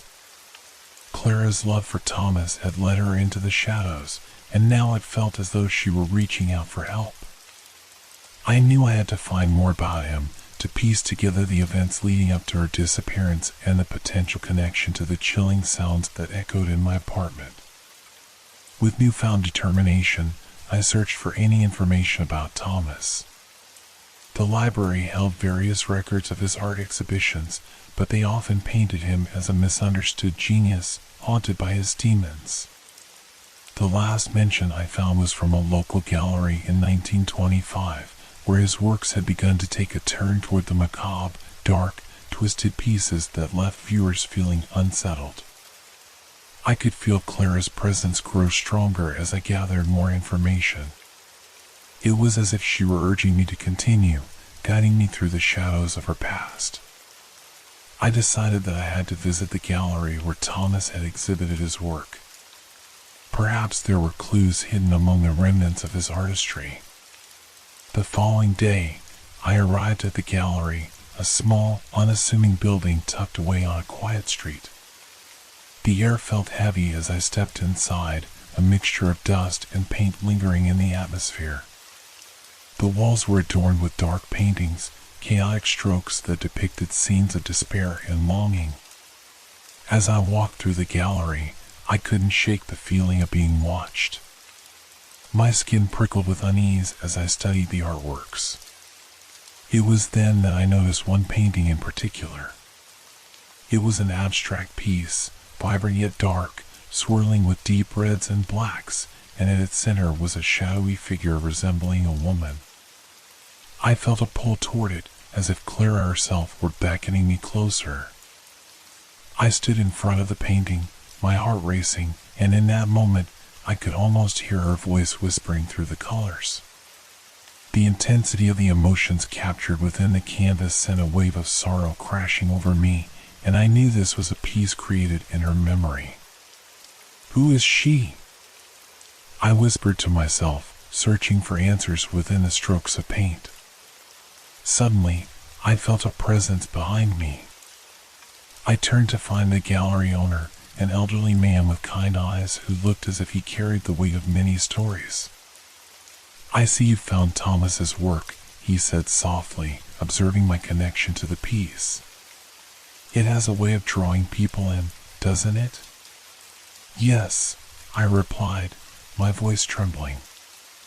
I'm looking for information about him, and Clara. I think she might still be here. The man's expression shifted to one of understanding. Ah, Clara, poor girl. She was amused to Thomas, but their love was tumultuous. Many believed she was the inspiration behind his dark pieces. After she disappeared, he fell into despair, creating works that reflected his torment. Do you know what happened to him? Did he ever speak of her after she was gone? He sighed, his gaze drifting to the painting. Thomas was never the same after Clara's disappearance. He tried to find her in his art, but it only led him deeper into madness. He left town a few years later and was never heard from again. Some say he succumbed to his demons. As his words sank in, I felt a mix of sorrow and anger. Clara had been searching for closure, and now it seemed that her tragic love story was intertwined with Thomas's descent into darkness. The echoes of their pain resonated with the whispers that haunted my apartment, and I realized that the sounds I had heard were not just cries for help, they were the remnants of a love story turned tragic. Do you have any of Thomas's journals or letters? I asked, hoping to find more clues about their relationship. The gallery owner nodded. I believe I have a few items stored in the back. Please, follow me. As we walked to the back room, I could feel the tension in the air, the ghosts of the past mingling with the present. The room was filled with art supplies and stacks of old canvases, but in the corner sat a weathered box. The owner opened it and pulled out a collection of faded papers, yellowed with age. These are some of Thomas's letters. They might give you insight into his mind during that tumultuous time. I took the letters with trembling hands, grateful for this opportunity.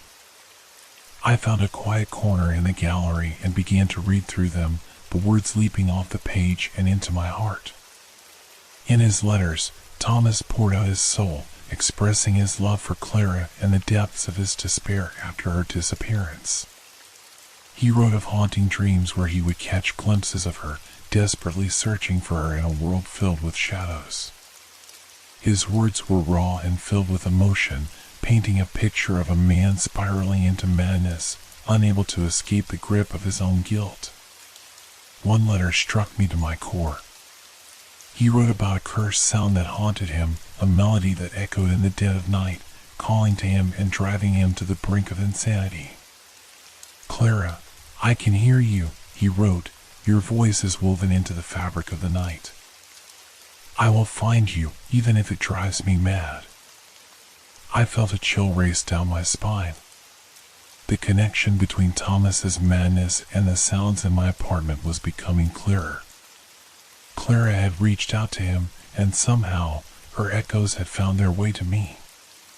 The weight of their story pressed upon me, and I knew I had to confront the truth. The sounds weren't merely a haunting, they were a call for closure, a desperate plea from two lost souls intertwined in a tragic love affair. But as I left the gallery, I felt the shadows closing in around me. I could sense that my investigation was awakening something dark, something that had been lying dormant. I had to tread carefully, for the more I uncovered, the more I risked drawing the attention of whatever entity had lingered in the silence. That night, I returned home, the letters clutched tightly in my hand. I lit candles once more, filling the room with a warm glow, and began to read through the letters again. I felt Clara's presence beside me, her energy swirling as if urging me forward. "Clara," I said softly, hoping to reach her. "I promise to find the truth. I won't let your story fade into the darkness." But as I spoke, a loud crash echoed through my apartment. The sound of something shattering set my heart racing, and I leaped to my feet, scanning the room. My heart raced as I approached the source of the noise, the shadows shifting around me like dark tendrils. To my horror, I discovered that one of the candles had fallen over, extinguishing itself in a pool of wax. My eyes widened as I noticed the shattered remnants of a picture frame lying on the floor, an image of me that had hung on the wall. Staring down at the glass shards, I felt a rush of dread. It was as if the very walls of my apartment were pushing back against my investigation, warning me to stop. But I couldn't turn back now. The connection between Clara and Thomas was becoming clearer, and I had to uncover what lay at the heart of their tragedy. As I returned to my desk, I felt a chill sweep through the room, and the whispers grew louder, clashing voices calling out in anguish. I closed my eyes, trying to center myself against the cacophony. "Help us," I heard Clara's voice intermingling with the others. "You must find the truth." The weight of her plea settled deep within me, igniting a fire of determination. I would not allow fear to control me. I had come too far to turn back. With each passing moment, I knew I was getting closer to uncovering the dark secrets hidden within their love story, a story that refused to be silenced. And in that revelation lay the key to finally putting Clara's spirit to rest. I spent the rest of the night immersed in the letters, the dim glow of the remaining candles casting flickering shadows across the walls. The whispers around me swirled like a storm, amplifying my anxiety yet fueling my resolve. Clara's voice intertwined with the cacophony, pulling me deeper into the mystery. Each line I read revealed fragments of her life with Thomas, their shared dreams and passions, the darkness that loomed over them, and the tragedy of their separation. As dawn broke, the first light of morning painted the walls of my apartment in soft hues of orange and yellow, chasing away the shadows of the night. But as the sunlight spilled into the room, I felt a sense of urgency swell within me. I needed to confront whatever was haunting my home, whatever was responsible for the sounds that had invaded my peace. I recalled one particular letter where Thomas mentioned a hidden place, an abandoned cottage at the edge of the woods where he and Clara used to spend their time. It was there that they had shared their dreams, a sanctuary far away from the chaos of the world. Thomas had written about it as a sacred space, where they felt free to be themselves, away from prying eyes. The cottage became a symbol of their love, untouched by the darkness that eventually consumed them.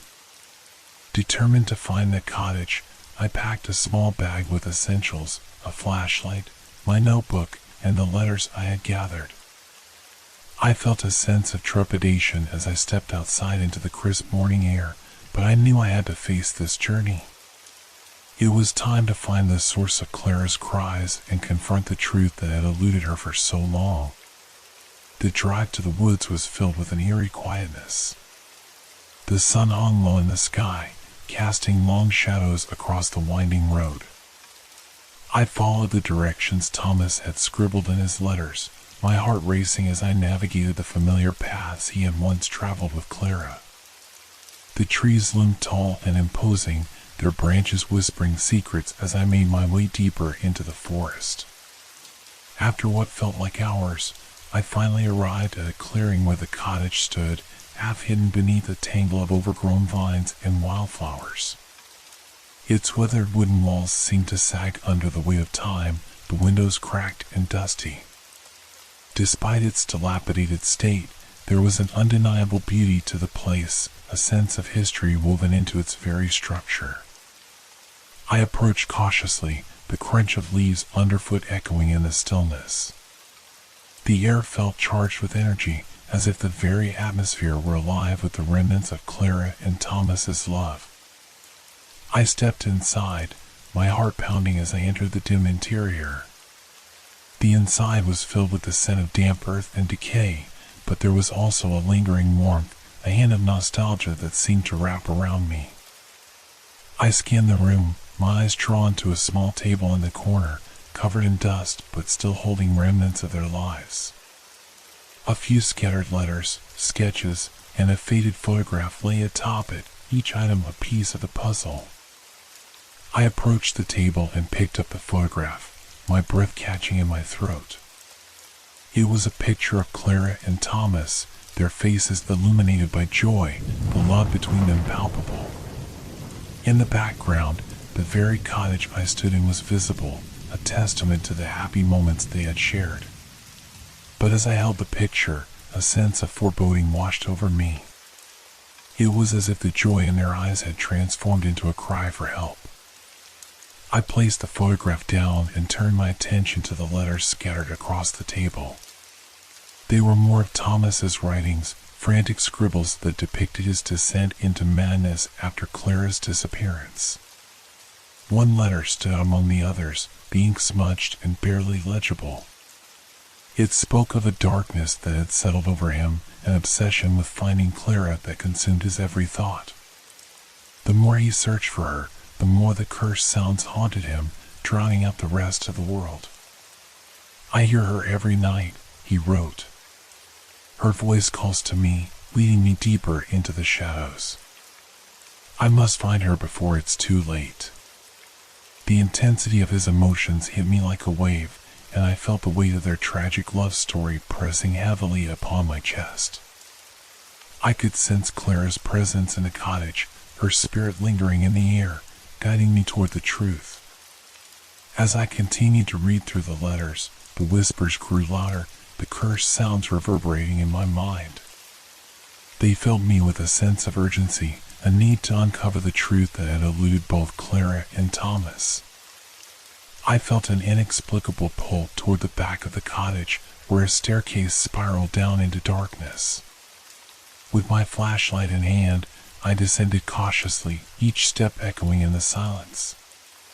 The air grew colder as I moved deeper into the earth, and the sounds became more distinct, a low, haunting melody that seemed to resonate through the walls.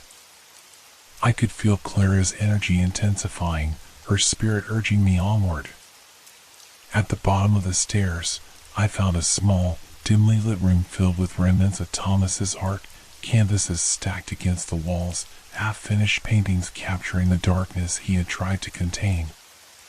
But in the center of the room stood an easel, a blank canvas staring back at me like a void waiting to be filled. The whispers crescendoed, and I felt an overwhelming need to paint, to express the emotions that had been building inside me since this journey began. I grabbed a nearby brush and dipped it into a palette of colors, allowing instinct to guide my hand. As I painted, I could feel the energy in the room shift, the cursed sounds swirling around me in a symphony of longing and despair.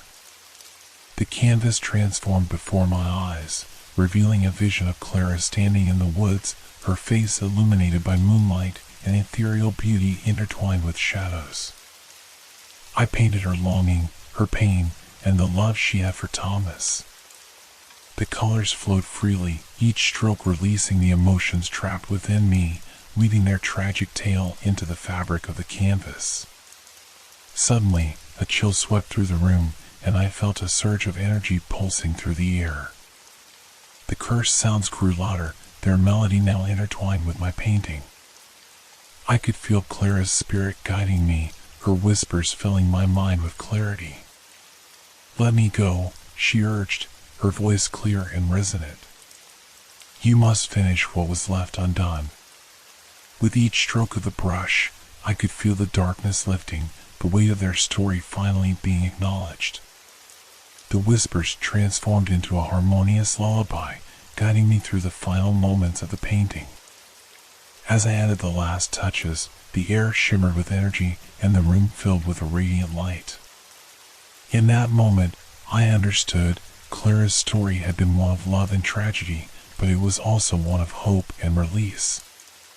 She had been trapped in the echoes of her past, unable to move forward until someone acknowledged her pain.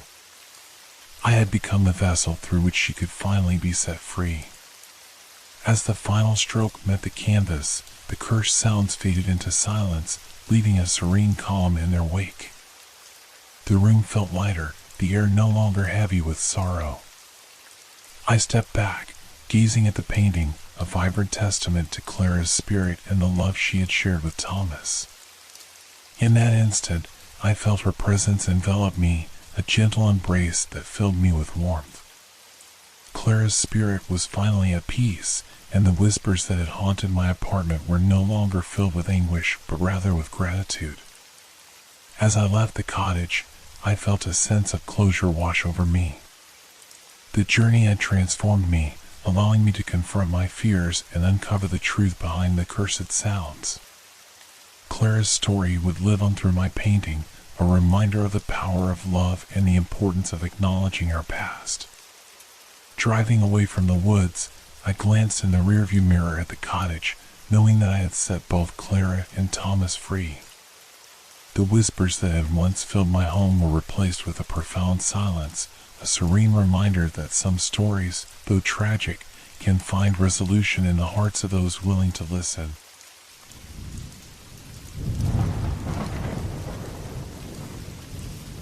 Legend of the Old Mill. Have you ever heard a story so haunting that it lingers, slipping into your thoughts even when you want to forget? This is exactly the kind of tale I found myself entangled in one cold October night. A few friends and I, Sam, Alex, Jess, and myself, had heard whispers about the old mill on the outskirts of town. Locals claimed that decades ago, someone had been murdered there, and that the soul of the departed was still trapped inside, bound to the place forever. People swore they'd seen strange lights flickering from its broken windows, or heard low, mournful cries in the dead of night. It sounded like just another ghost story, the kind you tell around a campfire, but somehow it fascinated us. We were young and foolish, craving that delicious thrill of fear that only comes when you're daring enough to touch the edges of the unknown. So, naturally, we came up with a plan. We'd spend the night there, daring the spirit, if it even existed, to reveal itself. The night we chose was eerily quiet. Even the usual sounds of the countryside seemed muted, as if the world itself was holding its breath, waiting. I remember looking at the mill from the outside and feeling a strange chill run down my spine. The building loomed dark and silent, its crumbling walls seeming to sag under the weight of forgotten secrets. The roof was partially caved in, and ivy crept up its walls like nature itself was trying to reclaim the place. We entered, our flashlights slicing through the darkness. The air was stale and thick, filled with the scent of damp wood and mold. It was as if the mill had frozen in time, waiting. We moved deeper into the mill, our footsteps echoing in the hollow silence. Dust floated in the air, catching the beams of our flashlights. The floor creaked under our weight, each step sounding louder than it should have in that eerie stillness.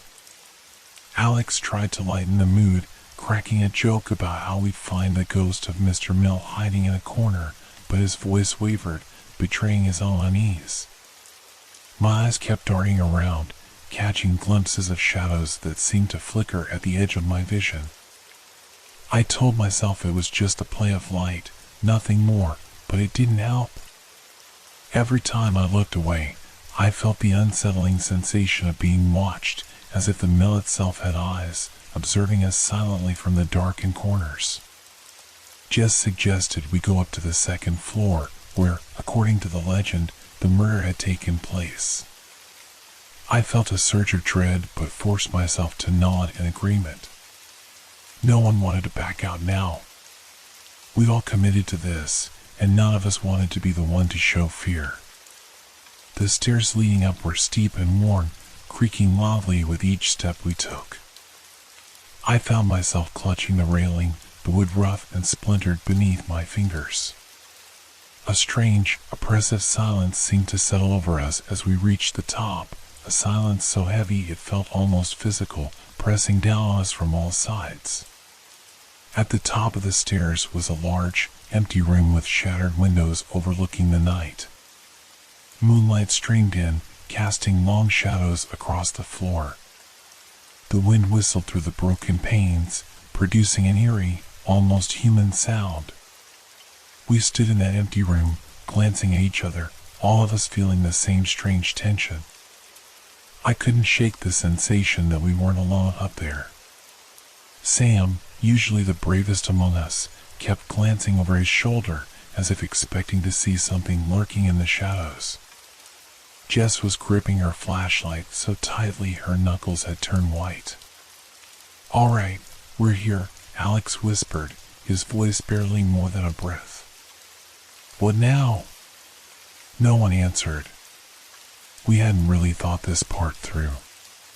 We'd come up here on a dare, chasing a thrill, but now that we were face to face with the silence, the cold, the darkness, it felt wrong. The very air seemed to hum with a low, steady vibration, like something ancient and restless was stirring just beneath the surface. Sam took a few steps toward the middle of the room, where the floor was stained a darker shade of wood, a detail that hadn't been visible from the doorway.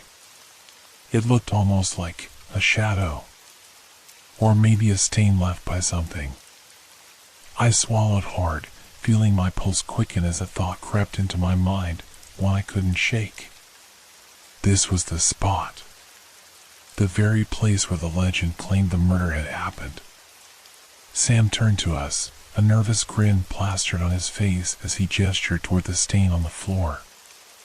"Think this is it?" he asked, his voice wavering slightly. None of us wanted to answer, but we all knew the truth. The mill's dark legend had led us here, to this exact spot. Jess let out a shaky breath, looking around as if to reassure herself. Maybe it's just an old stain," she murmured, though her voice sounded more like she was trying to convince herself than us. I opened my mouth to agree, to tell everyone we were just letting our imaginations run wild, when a sudden noise cut through the silence. It was a faint, dragging sound, like something heavy being pulled across the floor, coming from somewhere down the hall behind us. We froze, every one of us, straining to listen. The sound was unmistakable, slow and deliberate, growing louder as if whatever was making it was moving closer. My heartbeat thundered in my ears, drowning out everything else. I felt my throat go dry, and I could see the same terror reflected in my friend's eyes. Did you hear that?" Alex stammered, his voice barely audible. No one responded. We were too scared to speak, too scared to even breathe. The sound grew nearer, a slow, rhythmic scrape that seemed to echo around the empty walls until it felt like it was coming from all directions. The dragging sound grew louder, each scrape like nails on a chalkboard, sending chills down my spine. My instincts screamed at me to run, but my legs felt rooted to the spot. Jess gripped my arm tightly, her fingers digging into my skin, and I could feel her trembling beside me. Sam and Alex were standing stock still, eyes fixed on the doorway, as if expecting something to appear at any moment. Then, just as suddenly as it had started, the sound stopped. Silence settled over the room, thick and suffocating, as we all held our breath, waiting. I dared to glance at my friends, hoping to find some reassurance, but the fear in their faces mirrored my own. After a few agonizing moments, Alex whispered, "Maybe it's just the wind. These old places make all kinds of noises, right?" I wanted to believe him, but deep down, I knew this was something more. The sound had been too deliberate, too steady. I'd heard creaks and groans in old buildings before, but nothing like this. We stood in silence for what felt like an eternity, our flashlights casting faint beams across the shadowed room. The air felt thick, heavy with something I couldn't name, something dark and cold that seemed to seep into my bones. Finally, Sam cleared his throat, his voice barely a whisper. Maybe we should leave." This was a bad idea. None of us argued. The bravado that had brought us here was gone, replaced by a creeping dread that gnawed at the edges of our minds. We turned toward the staircase, ready to abandon our foolish adventure and leave the mill behind. But as we approached the top of the steps, a new wave of unease washed over me. Something felt wrong, different. I couldn't explain it, but the air seemed heavier, colder. The darkness at the bottom of the staircase looked denser, like it was swallowing the light from our flashlights.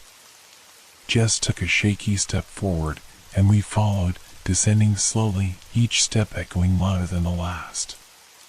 The silence was unbearable, pressing in around us. About halfway down, I realized with a jolt that I couldn't hear the others' footsteps. I glanced back, but they were right behind me, moving in sync, yet soundlessly. Panic clawed at my throat, and I tightened my grip on the railing, forcing myself to keep moving. The shadows seemed to shift around us, stretching and contracting as if they were alive, watching us, waiting. When we reached the bottom, I felt an overwhelming urge to run, to get out of this place as fast as possible. I turned to the others, expecting to see the same urgency, but their faces were blank, almost dazed. It was like something had taken hold of them, draining their energy, dulling their eyes. "Guys?" I whispered, my voice barely more than a breath. "Are you okay?" They didn't respond right away, just stared at me as if they hadn't heard. Finally, Alex shook his head, blinking rapidly as though he was snapping out of a trance. "Yeah," he murmured, though he didn't sound convinced. Let's keep moving." We moved toward the exit, our footsteps quiet against the damp, decaying wood of the mill floor. My heart pounded in my chest, and I could feel my palms sweating despite the cold. The closer we got to the door, the more urgent the feeling of dread became, as if something was pushing us to leave before it was too late. Just as we reached the doorway, a loud crash echoed from somewhere upstairs. It sounded like something heavy had fallen or been thrown. We froze, glancing at each other with wide eyes. No one said a word, but we all knew that sound hadn't been an accident. Whatever was in the mill didn't want us to leave. Jess clutched my arm, her face pale. "We need to go. Now." We stepped through the doorway, but as soon as we crossed the threshold, the temperature dropped sharply. A thick fog seemed to settle around us, and the darkness grew so intense it was as if we were moving through tar. I couldn't even see my hand in front of my face. Our flashlights flickered, the beams weakening and sputtering as if the very light was being drained away. Panic flared in my chest.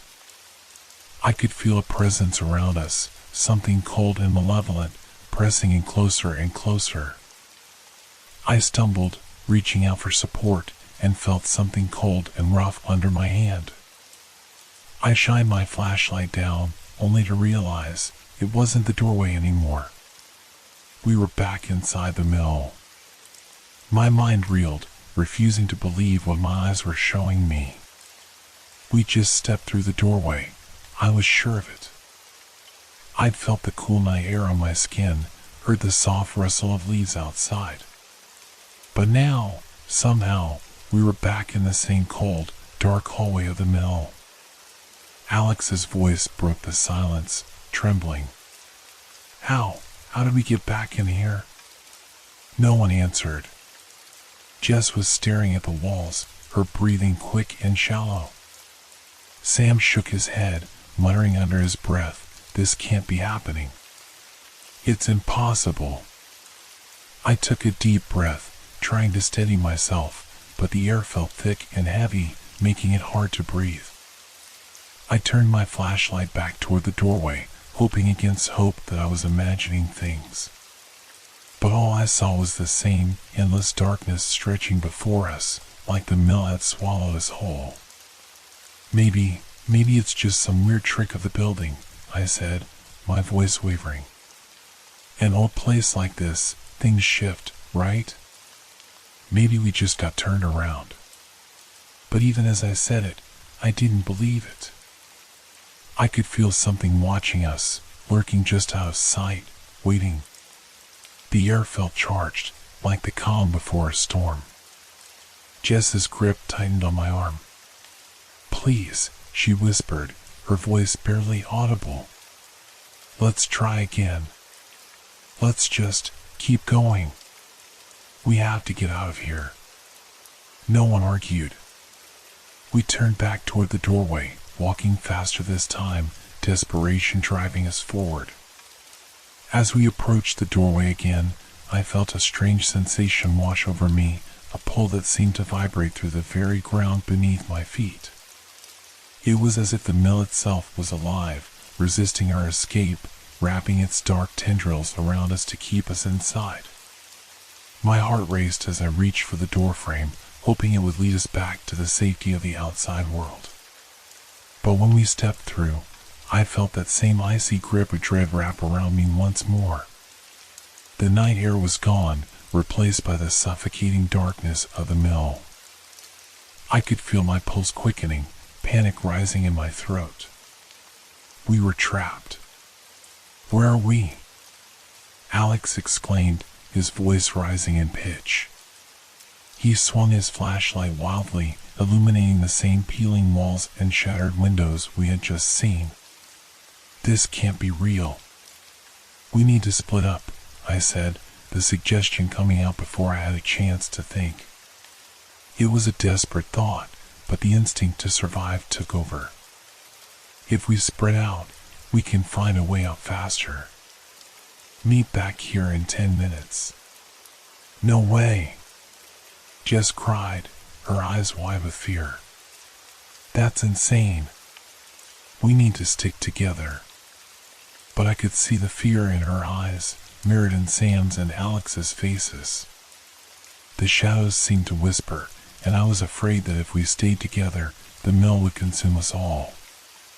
"I'll be right here," I promised, trying to sound brave even as I felt my insides twist. "Just 10 minutes. We have to try." With that, I turned and ran down the dark corridor, my flashlight beam cutting through the thick fog of fear that hung in the air. I could hear their voices fading behind me as I ventured deeper into the mill, my heart pounding in my chest. As I sprinted down the narrow hallway, I felt a mix of terror and adrenaline coursing through me. Each step echoed in the silence, and the darkness around me seemed to pulse, as if it were alive. I was acutely aware of the sound of my own breathing, rapid and uneven, as I rounded a corner and entered another room.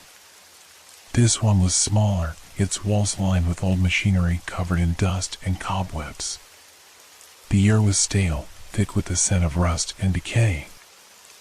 I pointed my flashlight at the far wall and froze. There, among the shadows, I spotted what looked like an old, rusted gear, half buried beneath debris. It was a haunting reminder of the mill's past, a time when it had been alive with the sound of work and laughter, before tragedy had sealed it in silence. I took a hesitant step forward, my curiosity getting the better of me. But just as I did, I heard it again, that dragging sound. This time, it was closer, louder. It sent chills down my spine, and I felt the hairs on the back of my neck stand on end. The urge to run clawed at me, but I fought it, forcing myself to remain still. "Guys!" I called out, my voice trembling in the dim light. "Can you hear me?" There was no answer, only the sound of the dragging, slowly making its way toward me. I gripped my flashlight tightly, willing myself to be brave. The dragging sound stopped abruptly, and an icy chill settled around me, swallowing the warmth of my breath. I stepped back, my heart racing, and tried to catch my breath. The shadows deepened, and I felt an overwhelming sense of being watched.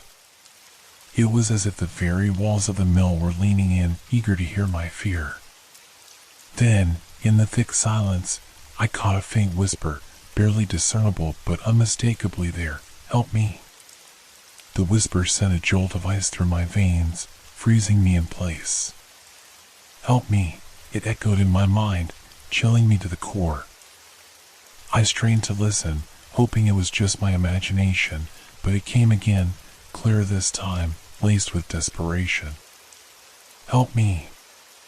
The sound seemed to swirl around me, drawing me like a moth to a flame. I fought against it, every instinct screaming for me to flee, but my feet felt rooted to the spot, as if the very essence of the mill was holding me captive. My heart pounded violently in my chest, and I could feel the sweat trickling down my back. "Who's there?" I finally managed to croak, my voice shaky. "What do you want?" There was a pause, a heavy silence that felt almost tangible, and then the voice returned, softer, yet hauntingly closer. "I'm trapped. Help me." Without thinking, I took a cautious step forward, drawn by the need to understand. The flashlight flickered, and I fought to keep the beam steady. The shadows danced along the walls, warping the shapes of the room into grotesque figures. I swallowed hard, pushing past my fear. "Where are you?" I called out again, desperate now. "I'm here to help." For a moment, all I could hear was my own breathing, ragged and loud in the oppressive stillness. Then, the whisper came again, clearer and more insistent. "In the cellar." I hesitated, a wave of dread crashing over me. The cellar. I remembered hearing about it in the stories, the place where the rumors said the victim had been taken. It was a dark corner of the mill, a place that had been shrouded in mystery and fear. My gut twisted, torn between the urge to run and the irresistible pull to find out what was happening. "Don't go down there," I muttered to myself, but the words felt hollow. I couldn't shake the voice's urgency. "In the cellar," it echoed in my mind, a siren call that beckoned me closer, deeper into the heart of the mill's darkness. I glanced back toward the hallway I had come from, hoping to catch a glimpse of my friends, but the shadows swallowed any sign of life. My heart raced as I turned back to the door that led to the cellar, its wooden frame warped and ominous. The idea of venturing into that abyss sent a shiver down my spine, but I felt I had no choice. I needed to know. With shaky hands, I pushed open the door. It creaked in protest, revealing a narrow staircase that spiraled down into darkness. The air that seeped up from below was cold and damp, filled with the scent of earth and mildew. I hesitated on the threshold, my mind racing with doubts and fears. But the whisper lingered, urging me onward. "Help me." I took a deep breath and descended the stairs, each step creaking beneath my weight. The further I went, the darker it became. My flashlight beam barely pierced the gloom, illuminating only a few feet in front of me. The oppressive silence enveloped me, thick and suffocating. When I reached the bottom, I found myself in a small, dimly lit room.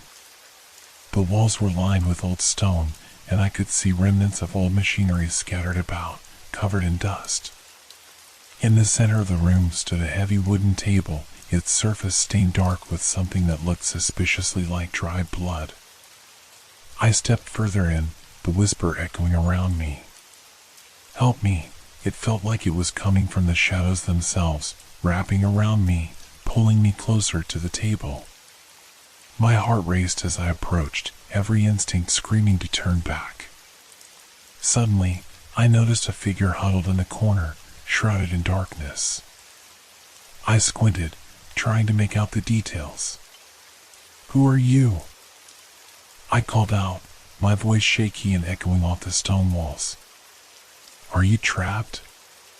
The figure stirred, and I felt a wave of panic wash over me. It was then that I realized it wasn't just a shadow, it was a person. They were bound, ropes tying their wrists and ankles to the floor, and they looked up at me with wide, terrified eyes. The sight sent my heart plummeting into my stomach. I rushed forward, my flashlight beam illuminating the figure more clearly. It was a young woman, her face pale and streaked with dirt.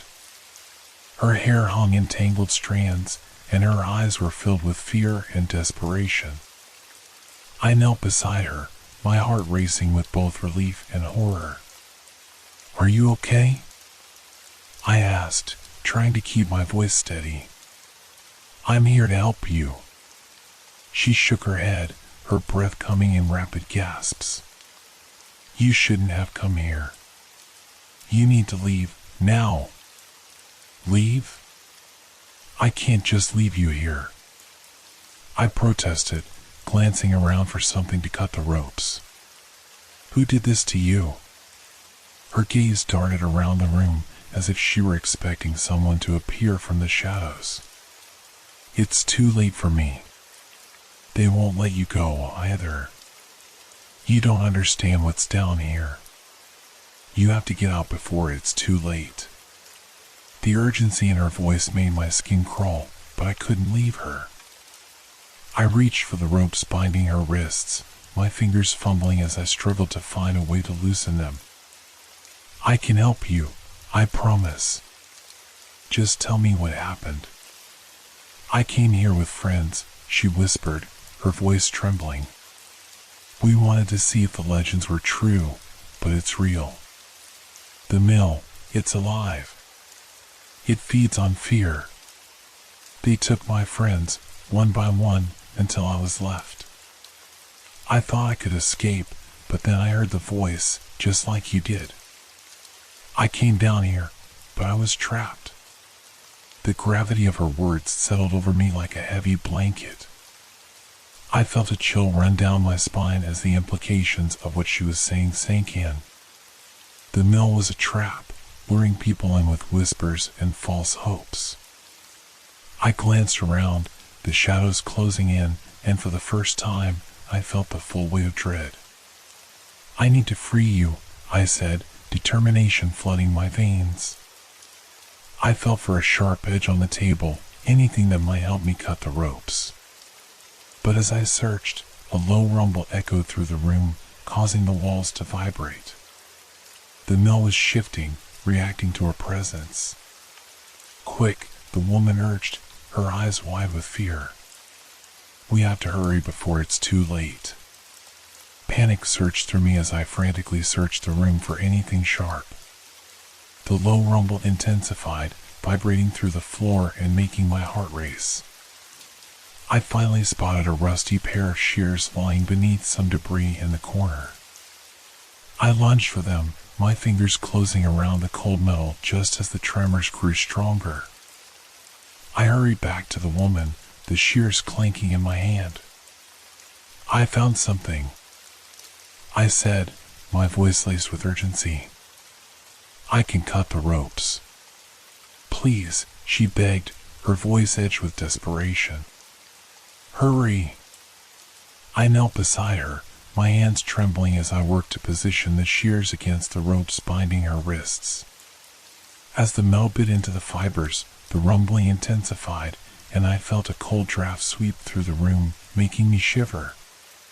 It was as if the mill itself were protesting our escape. With a swift motion, I cut through the first rope, and she winced as it fell away. I quickly moved to the next. Just a little more, I urged, focusing intently on the task. Come on, she urged, glancing nervously at the darkness surrounding us. I could see the fear in her eyes, the understanding that time was running out. The very walls of the mill seemed to breathe around us, heavy and oppressive. Finally, the last rope fell away, and she pulled her hands free, rubbing her wrists. Thank you. We have to get out of here. But before I could respond, a deep, guttural growl reverberated through the cellar. I froze, terror coursing through me. It was a sound that felt more animal than human, echoing off the stone walls and making the very ground tremble beneath our feet. What was that? I whispered, my voice barely audible. The woman's face drained of color, her eyes wide with horror. It's coming. We have to move, now. We scrambled to our feet, but before we could make our escape, the shadows began to twist and writhe in the corners of the room. The air grew thick with a palpable darkness that wrapped around us like a cloak. I turned to the door, my heart racing as the growl grew louder, echoing through the very fabric of the mill. Go! I shouted, shoving her toward the stairs. Get out! But before we could reach the door, the shadows coalesced into a dark figure, tall and imposing, blocking our path. My heart sank as the creature stepped forward, its eyes glowing like embers in the darkness. It loomed over us, a living nightmare made real, and I knew we had little time left. The creature towered above us, its presence suffocating. I could feel its malevolence radiating, a dark energy that pressed against my chest, making it hard to breathe. Its eyes glowed with an unnatural light, piercing through the darkness, and in that moment, I realized the legends had not been mere stories. This was the embodiment of the mill's darkness, a malevolent force that fed on fear. I grabbed the woman's arm, my mind racing. We need to get past it. I whispered urgently. We can't let it trap us. As if sensing our intent, the creature let out a low, rumbling growl that sent chills down my spine. It stepped closer, its movements fluid yet predatory, as if it were savoring the fear that radiated from us. The air was thick with tension, and I could feel the weight of dread settling around me. Run! I yelled, yanking the woman toward the stairs. She hesitated for a fraction of a second, eyes locked on the creature, but I pulled her forward with all my strength. Together, we sprinted toward the stairway, our footsteps echoing in the oppressive silence. The growl morphed into a roar, a sound that reverberated through the cellar and shook the walls around us. I risked a glance over my shoulder, just in time to see the creature lunging at us, its maw wide open, revealing rows of jagged teeth. Time seemed to slow as fear gripped me, but I forced myself to keep moving, adrenaline propelling us forward. We reached the stairs, and I grabbed the railing, pulling us both up as quickly as I could. I could hear the creature's claws scraping against the stone behind us, a chilling reminder of how close it was. Faster! I urged, my breath coming in gasps. As we ascended, the darkness pressed in, but we finally reached the top and burst into the hallway. My flashlight flickered weakly, the beam barely cutting through the shadows, but I could see the doorway ahead. Hope surged within me, and I urged the woman forward, shouting, just a little more. But just as we reached the door, the growl erupted again from behind us, a sound filled with fury. The air around us felt electric, crackling with energy. I could see the dark figure closing in, the shadows swirling around it like a storm. Get through! I shouted, pushing her ahead of me. I'll hold it off. No, she cried, but I was already shoving her toward the exit. In that moment of desperation, I turned to face the creature, bracing myself for what was to come. I knew I had to buy her time to escape. As it lunged at me, I grabbed the nearest object, an old, rusted pipe that had fallen to the floor, and raised it defensively, my heart racing with fear and determination. The creature surged forward, a blur of shadow and malice. I swung the pipe with all my might, the metal colliding against its side with a dull thud that reverberated through my bones. It barely flinched, but the impact gave me a moment to catch my breath, a fleeting second where I could think clearly. "Run!" I shouted to the woman one last time, desperate to ensure her escape. But I didn't turn to see if she had gone. My focus narrowed to the creature before me, its glowing eyes fixed on me with a predatory intensity. It recoiled slightly from my strike, the embers in its eyes flickering. This small victory fueled my resolve. I could feel the darkness around me, swirling and alive, but I refused to be paralyzed by fear. I took a step back, positioning myself closer to the doorway. If I could keep it at bay for just a moment longer. The creature lunged again, its claws outstretched, and I barely had time to react. I swung the pipe once more, this time catching it across the snout. It let out a howl, a sound that shook the very foundation of the mill, echoing through the hallways like a death knell. I didn't stop to think. I turned and sprinted toward the exit, adrenaline propelling me forward. The mill was a maze, shadows twisting in every corner, but I had to trust my instincts. I burst into the main area, the vast room filled with decaying machinery and remnants of the past. My flashlight flickered ominously, casting erratic beams of light that danced across the walls. "Where are you?" I called out, hoping to hear the woman's voice in response. But there was only silence, thick and oppressive. My heart sank as I realized I might be completely alone. The creature was behind me, its growl reverberating through the air, and I didn't have time to think. I needed a plan. I scanned the room frantically, searching for anything that could aid in my escape. I spotted a stack of old crates piled against the wall. With a surge of desperation, I made my way toward them, hoping they could provide some kind of barrier between me and the approaching darkness.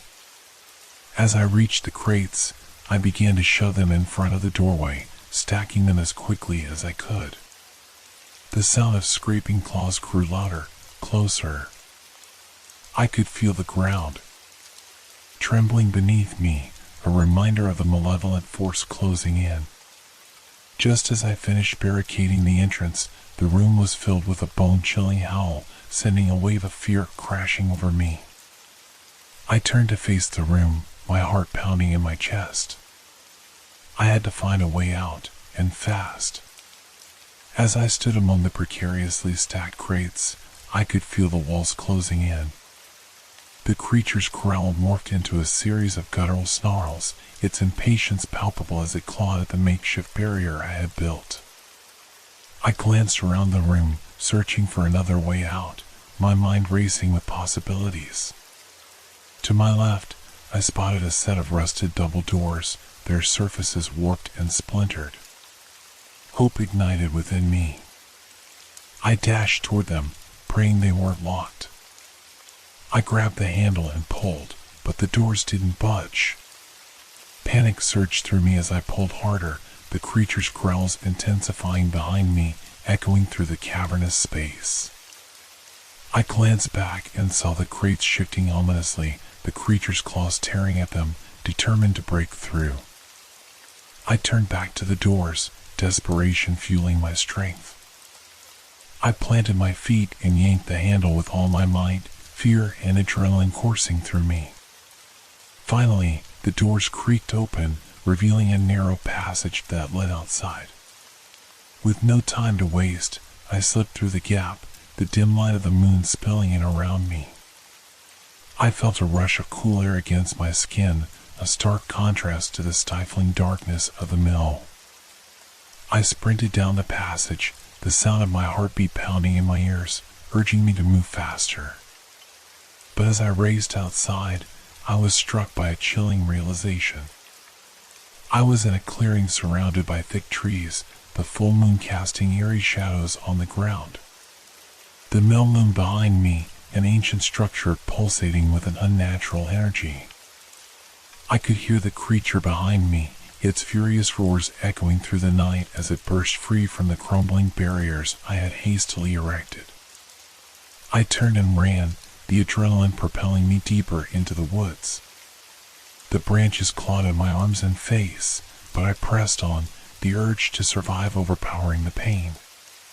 The howling of the creature echoed in the night, and I knew it was close behind. "Where are you?" I shouted into the darkness, hoping against hope that the woman had escaped, that she was safe somewhere beyond the reach of the mill. My thoughts raced, consumed by the urgency of the situation. I stumbled through the underbrush, my heart pounding as I fought to keep my footing. The forest felt alive, its shadows twisting and shifting in the moonlight, but the threat behind me kept my focus sharp. I couldn't let it catch me. I had to find shelter, something to hide behind, something to protect myself. In the distance, I spotted a faint glow. It flickered like a beacon in the darkness, and I felt a surge of hope. I dashed toward it, praying it was a safe place, a sign of civilization.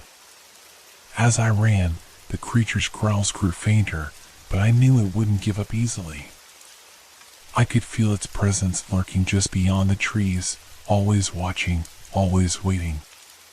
Finally, I broke through the tree line and found myself standing in front of a small cabin, its windows glowing warmly. Relief washed over me, but I knew I couldn't let my guard down. I approached cautiously, checking the surroundings for any signs of danger.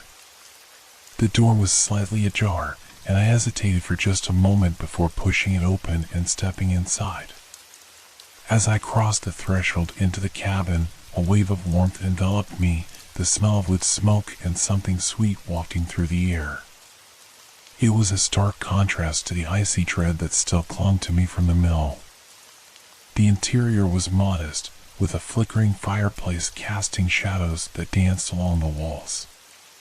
A worn couch sat in the center, surrounded by shelves filled with old books and trinkets that spoke of long-forgotten lives. But despite the cozy atmosphere, I felt a gnawing sense of unease. The silence was heavy, almost oppressive, and I could sense that something was off.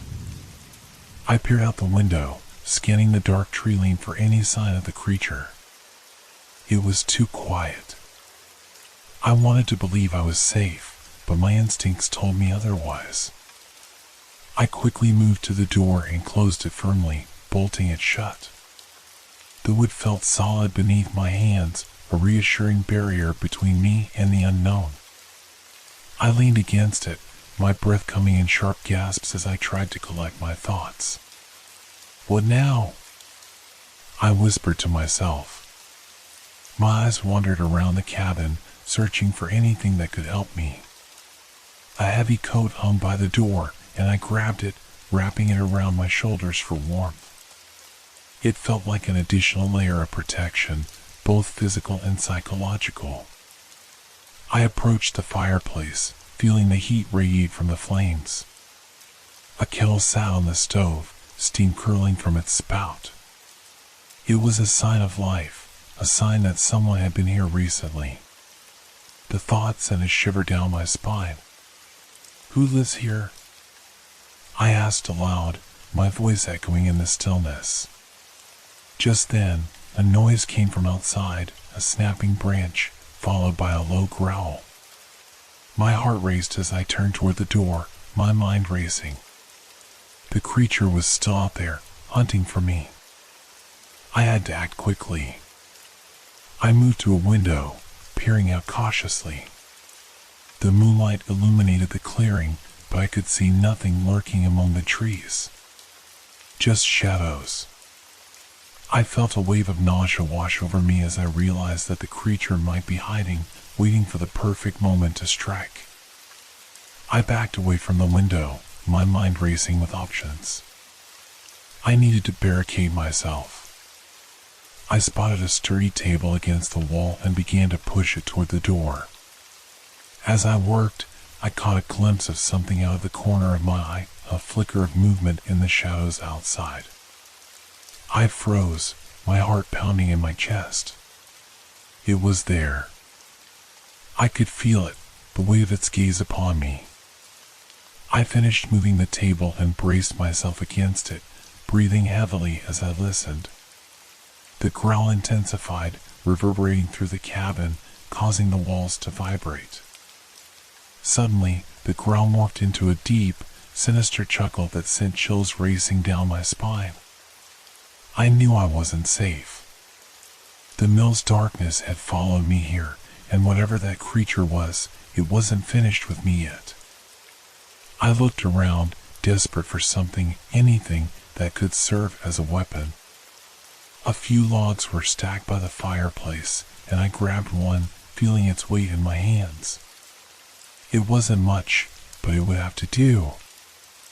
I steadied my breath, preparing for whatever was about to happen. The door shuddered as the creature slammed into it, testing the strength of my makeshift barricade. I tightened my grip on the log, ready to fight for my survival. I was alone, trapped, and the only way out was to confront the darkness head-on. The door shuddered violently again, the wood splintering slightly as the creature pressed against it, a malevolent force determined to breach my sanctuary. My heart raced as I felt the ground beneath me tremble with its weight. I backed away from the door, adrenaline coursing through my veins, every instinct screaming at me to run. But there was nowhere to go. The cabin was my only refuge, and I couldn't let it fall. I glanced around, looking for anything that could give me an advantage. The fireplace crackled ominously, the flames flickering as if sensing the danger outside. I needed a plan. I turned my focus back to the door, bracing myself for the next impact. "Come on," I shouted, trying to muster courage. "I'm not afraid of you." With a roar, the creature slammed against the door again, this time managing to force it open just enough for me to glimpse the shadowy figure beyond. Its eyes glowed like coals in the dark, filled with a hunger that sent a cold wave of dread washing over me. I swung the log with all my might, the wood connecting with the edge of the door just as it began to open wider. The creature howled, and for a moment, I felt a surge of triumph. But it was short-lived as it recoiled and then surged forward, crashing through the door with a deafening crash, sending splinters flying. The force of the impact knocked me back, and I stumbled, trying to regain my footing as the creature stepped into the cabin, its form more monstrous than I had imagined. It was a mass of shadows and sinew, with elongated limbs and a maw filled with teeth that gleamed in the flickering firelight. The air thickened with its presence, a stench of decay and something foul that clawed at my throat. I could feel the primal urge to flee rising within me, but I stood my ground, log raised high. "Stay back," I warned, my voice shaking but resolute. The creature paused, its glowing eyes locking onto mine, and in that moment, I sensed an unsettling intelligence behind its malevolence. It was more than a mere beast, it was a manifestation of something dark and ancient, a guardian of the mill's secrets. With a guttural snarl, it lunged at me, and I swung the log with every ounce of strength I had. I connected with its side, feeling the impact reverberate through my body, but it barely seemed to faze the creature. It was relentless, its growl vibrating the very air around us. I stumbled back, trying to put distance between us as it advanced. The cabin felt like it was closing in on me, the shadows coiling around my legs like a predator preparing to strike. "No!" I shouted, desperation creeping into my voice. I needed to think quickly. I glanced back at the fireplace and noticed the kettle still steaming, a small flicker of hope igniting within me. If I could just buy myself a little more time, perhaps I could find something in this cabin to use against it. As the creature lunged again, I dashed toward the fireplace, grabbing the kettle off the stove. It was hot to the touch, but I didn't hesitate. I turned, pouring the boiling water directly at the creature, hoping to catch it off guard. The water hit its form, hissing as it splashed against the darkness. The creature recoiled, letting out a shriek that echoed through the cabin, shaking the very walls. I seized the moment, knowing I had to act fast.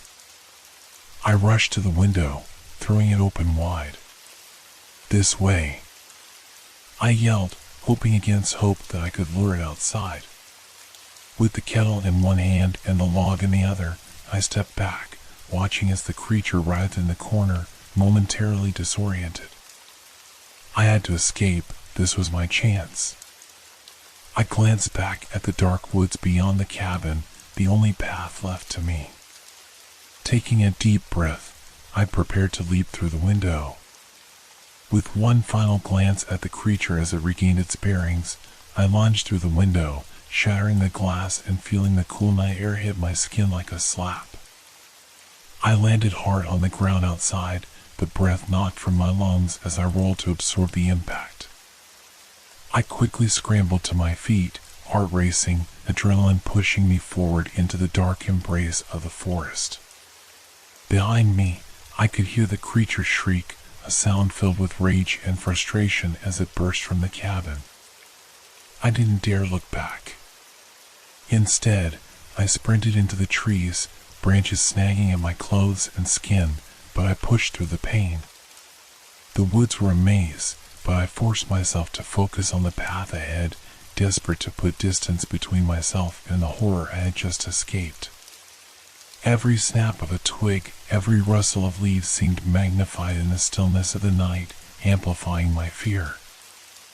I could feel the creature pursuing me, its growls echoing through the trees, a constant reminder that I was not safe yet. I ran faster, my lungs burning, the cold air stinging my throat. As I plunged deeper into the forest, I stumbled upon a small clearing illuminated by the pale light of the moon. In the center stood a stone well, ancient and overgrown with vines. Without thinking, I darted toward it, hoping it could serve as a hiding place, a way to evade my pursuer. I glanced back, but the shadows had swallowed the creature for now. I dropped to my knees beside the well, my breath coming in ragged gasps as I peered over the edge. The darkness inside seemed endless, a black void that threatened to consume me. I gripped the edge tightly, torn between the instinct to hide and the fear of what might be lurking within. Suddenly, the growl of the creature erupted from the trees, closer now, its presence palpable. I had no time to waste. I climbed to my feet and knelt beside the well, peering into the darkness. If I couldn't escape above ground, perhaps hiding within the well was my only option. With a deep breath, I lowered myself into the well, feeling the damp coolness of the stone walls brush against my skin. I descended into the darkness, the air thick with moisture and something else, something ancient and musty. As I reached the bottom, I crouched low, my heart thumping in my chest, straining to hear anything above. I could still hear the growls echoing through the trees, but they sounded distant now.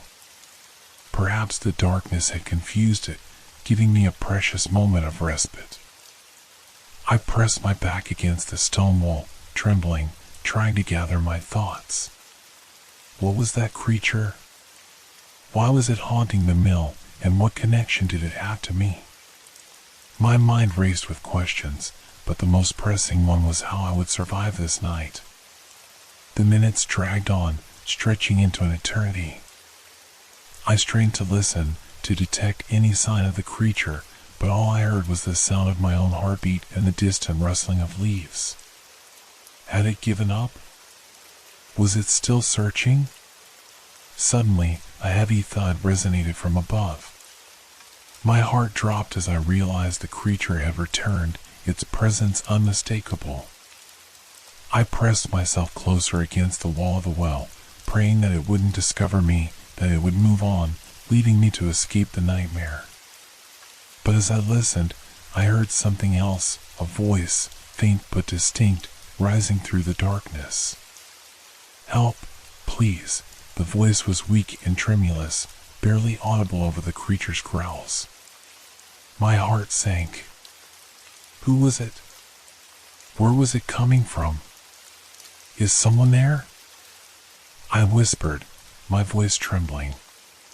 The silence that followed felt like a heavy blanket, suffocating in its intensity.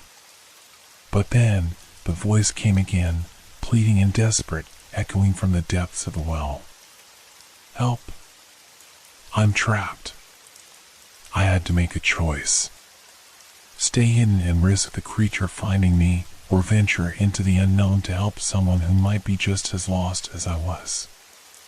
The weight of the decision settled heavily on my shoulders. My instinct screamed at me to hide, but the sound of that voice stirred something deep within me, a spark of humanity that I couldn't ignore. I took a deep breath, steeling my nerves. "I'm coming," I called out, my voice stronger than I felt. I climbed back up, gripping the stone walls tightly as I pulled myself toward the light above, where the voice echoed from the depths. As I emerged from the well, I glanced around, my heart pounding. The creature was still out there, but now I felt a sense of purpose. I couldn't leave anyone behind, not when they might need help. I had to find out who was calling for help and, perhaps, learn more about the darkness that pursued us both. I climbed out of the well, my heart pounding with a mixture of fear and determination. The woods were still, but the air was charged with tension, the weight of the night pressing down on me. I took a moment to catch my breath, glancing around to ensure I was alone. The creature's growls had faded, but the threat was ever present, lurking just out of sight. "Where are you?" I called out, hoping the voice would answer again. "I'm here to help." The response was a soft whimper, followed by a barely audible plea. "Please. I can't move. I'm trapped." The sound seemed to come from deeper in the woods, but I couldn't tell how far away it was. I forced myself to focus, blocking out the fear that threatened to overwhelm me. "Just hold on. I'm coming," I shouted, trying to infuse my words with confidence I didn't fully feel. I turned toward the direction of the voice, stepping cautiously through the underbrush. The moonlight filtered through the trees, casting eerie shadows that danced around me. Each step felt like a leap into the unknown, the darkness closing in as I pushed forward. The voice continued to echo in the stillness, guiding me as I navigated the forest. "Please hurry. I can't hold on much longer." With every step, the urgency of the situation weighed heavily on my mind. What kind of danger was I walking into? What if the voice belonged to the creature's next victim, drawing me in for a trap? I shook my head, dispelling the thoughts. I couldn't abandon someone in need, not when I had the chance to help. As I moved deeper into the trees, I came across a small clearing lit by the silvery glow of the moon. In the center, I found a girl, no older than 16, tangled in a net that was strung up in the branches of a low-hanging tree. Panic surged through me at the sight of her, her eyes wide with fear, and I rushed forward. "Hang on. I'll get you out," I called, my heart racing. I could see her legs were caught, struggling to free herself. The net was thick and tangled, but I could see the fear in her eyes, urging me to act quickly. "Please, be careful," she gasped, her voice trembling. "It's watching. It knows you're here." My stomach twisted at her words, but I didn't let fear paralyze me. I knelt beside her and began to work on the knots. What happened? Who did this to you? I was camping with friends near the mill, she replied, her breath coming in quick bursts. We heard the stories, but we didn't believe them. We thought it was just a legend.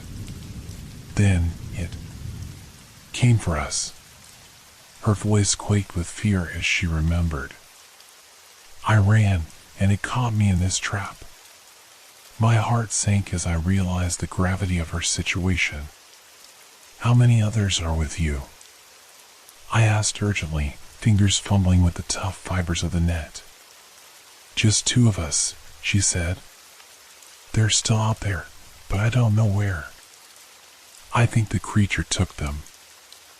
I felt a cold dread settle in my stomach, the horror of the situation becoming all too real. We need to find them, I said, working faster to free her. But first, let's get you out of here. Finally, with one last pull, the net loosened and she tumbled into my arms, gasping. I steadied her, relief flooding through me. Are you okay? She nodded, but I could see the terror in her eyes.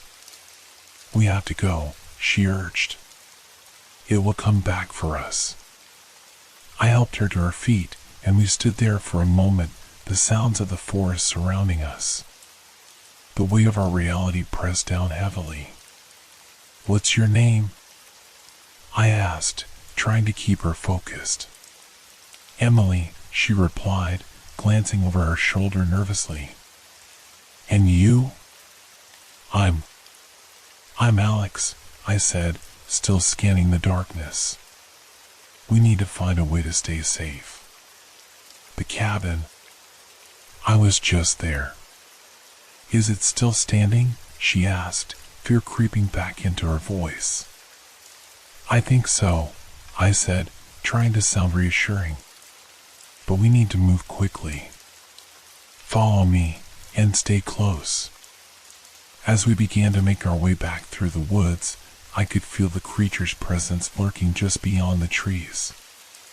The air was thick with tension, each rustle of leaves heightening my anxiety. I could sense its hunger, a relentless pursuit that wouldn't end until it had claimed what it sought. The path felt endless as we navigated the underbrush, and my mind raced with thoughts of Emily's friends. Had they met the same fate? Were they still out there, or had they succumbed to the darkness? I fought to keep my focus, knowing that any moment could bring the creature crashing through the trees. We reached the edge of the clearing, and I gestured for Emily to stay quiet. I scanned the area, peering into the shadows for any sign of movement. Keep your voice down, I whispered. We can't let it find us. We slipped through the trees, edging closer to the cabin. The moonlight illuminated the space, casting an eerie glow over the battered structure. My heart raced as I approached the door, the remnants of my previous encounter flooding back to me. I pushed the door open, ready for anything that might be waiting inside. Stay behind me, I instructed Emily, taking a cautious step into the cabin. The air inside felt thick with unease, a palpable reminder of the danger that had just been inside. As we crossed the threshold, I felt an uneasy tension. I turned to Emily, her eyes wide with fear and uncertainty. We need to gather supplies and figure out our next move, I said, my voice steady despite the turmoil inside me. But as I stepped deeper into the cabin, a chilling realization settled in. The door creaked closed behind us, sealing our fate within the dark confines once more. The door closed with a soft but foreboding click, and the atmosphere shifted instantly.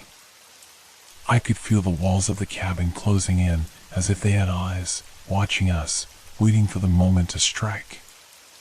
Emily's breath quickened behind me, and I turned to see her face pale, a mixture of fear and confusion. We need to move fast, I urged, glancing around for anything that might help us defend ourselves. The cabin was still a wreck, broken furniture lay strewn across the floor, and the remnants of our previous encounter loomed like ghosts, a reminder of what had been unleashed. I led Emily toward the fireplace, rummaging through the debris. I found a few old tools, a rusted shovel, some nails, and a broken bottle. "This will have to do," I said, grabbing the shovel. It felt heavy in my hands, a comforting weight, even if it was hardly a weapon. "Are we really safe here?" Emily whispered, her voice trembling. "What if it comes back?" I could hear the fear in her voice, the terror that echoed my own thoughts. "We can't just sit here and wait for it," I replied, forcing myself to sound confident. "We need a plan. Let's barricade the door and find a way to signal for help." As I began to pile furniture against the door, I could hear Emily moving behind me, collecting anything that could help. "What about my friends?" she asked, her voice barely above a whisper. "What if they're still out there?" The thought of her friends, possibly in the grip of that creature, sent a chill down my spine. "If we can get out of here and find help, we can come back for them," I promised, even though I felt the weight of uncertainty in my heart. "We need to get through the night first." Once we had fortified the door as best as we could, I moved to the windows, peering through the grime-covered glass. The moonlight illuminated the surrounding trees, casting long shadows that twisted and turned with the wind. I strained my ears, listening for any sound of movement outside. The forest was eerily quiet, but I knew that silence could be deceptive. "Do you have a phone?" I asked suddenly, realizing that I hadn't thought to check for one. Emily shook her head, her expression grim. "No service out here." I left mine at the campsite. I cursed under my breath. Great. Just great. I turned back to her, determination burning in my chest. "Then we'll have to rely on each other. We're not giving up." Emily nodded, her expression resolute. "What's the plan?" "We wait and watch," I said, my mind racing. "If we can see it coming, we might have a chance to escape. We need to stay alert." As the minutes turned into an hour, the tension in the cabin thickened. We huddled together near the fireplace, the flickering flames casting a warm glow that felt strangely comforting against the growing darkness outside. I could see the fear in Emily's eyes, and I tried to keep my own fear at bay, focusing instead on our shared goal of survival. Then, without warning, a low growl reverberated through the air outside, sending ice coursing through my veins. Emily's eyes widened, and I raised a finger to my lips, signaling her to stay quiet. The growl was followed by the sound of heavy footsteps crunching on the leaves. It was getting closer. I could feel my heart racing as I gripped the shovel tightly, the only thing standing between us and whatever was lurking in the darkness. "Stay back," I whispered, positioning myself between Emily and the door. I could hear the creature's breath, ragged and heavy, filling the air with a sense of dread. The door rattled again, but this time it wasn't just a simple knock. It felt like the entire weight of the forest was pressing against it, the creature testing our defenses. I held my breath, waiting for the inevitable crash, but the door held firm, at least for now. "Alex," Emily's voice trembled as she clutched my arm. "What if it breaks in?" I forced myself to look her in the eye, trying to convey strength I didn't quite feel. "Then we fight. We're not going down without a fight." The growling intensified, and I could hear the creature's claws scraping against the wood, trying to find a way inside. It was relentless, a primal force fueled by hunger and rage. I could almost feel the malice radiating from it, a dark presence that threatened to consume us whole. I stepped back slightly, preparing myself for the worst.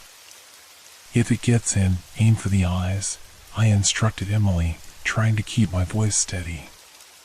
We'll distract it and find a way to escape. Suddenly, with a loud bang, the door splintered, the creature pushing against it with all its weight. I felt the ground shake beneath us, and in that moment, everything seemed to slow down. My heart raced as I braced myself for what was about to happen, adrenaline flooding my system. The door exploded inward, sending wooden shards flying as the creature lunged into the cabin, its form looming larger than I could have imagined. Its eyes glowed with an unearthly light, and a chilling howl erupted from its throat, echoing off the walls like a death knell. I swung the shovel with all my might, aiming for the creature's head, but it dodged effortlessly, moving with a speed that defied its size. Emily screamed, and I felt a surge of panic rise within me. "Run!" I shouted, pushing her toward the back of the cabin. "Get to the window! We need to get out now!" As we scrambled to escape, the creature lunged again, its claws swiping through the air just inches from my face.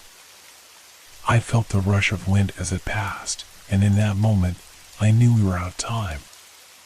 I had to act fast before it overwhelmed us. With one final swing of the shovel, I aimed at the creature's legs, hoping to trip it as Emily reached the window. It howled in fury, and I felt the impact jolt through my body as I connected. "Now!" I yelled, adrenaline propelling us both as we dove through the broken window, shards of glass raining down around us. The cool night air hit my face like a slap, and for a moment, I thought we might make it. But as we hit the ground and rolled to our feet, the creature was right behind us, its growl echoing through the trees. We were still in its sights, and now we had nowhere to run. Panic surged through me as I scrambled to my feet, adrenaline flooding my veins. The creature was right behind us, and I could feel its presence, dark and suffocating, bearing down like a storm cloud. I glanced over at Emily, her eyes wide with terror, and I realized we had only one option left. We needed to run. "Follow me!" I shouted, grabbing her hand and sprinting into the woods. The underbrush whipped against our legs, but I pushed forward, fueled by sheer desperation. Each step echoed in my mind, a frantic drumbeat that urged me to move faster. Branches clawed at us as we dashed through the trees, the moonlight barely breaking through the dense canopy above. I could hear the creature crashing through the undergrowth behind us, its growls reverberating in the air, a constant reminder of the danger that pursued us. "Where are we going?" Emily gasped, trying to keep up with my frantic pace. "Just keep running," I yelled back, not daring to look over my shoulder. The sound of its heavy footsteps was deafening, and I knew it was only a matter of time before it caught up. We have to find a place to hide. As we weaved through the trees, I spotted a small cave entrance just ahead, partially concealed by ferns. "There!" I pointed, urging Emily forward. "We can hide in there." We rushed into the cave, the cool air enveloping us as we stumbled inside. I pressed myself against the rock wall, pulling Emily close. The cave was dark and damp, and the smell of earth and decay filled the air. I strained to hear the creature outside, my heart pounding in my chest as we waited, breathless. The growls faded into the distance, but I knew it wouldn't be long before it discovered our hiding place. "What if it finds us?" Emily whispered, her voice trembling. "We'll think of something," I promised, though I felt my own resolve waning. "Just stay quiet."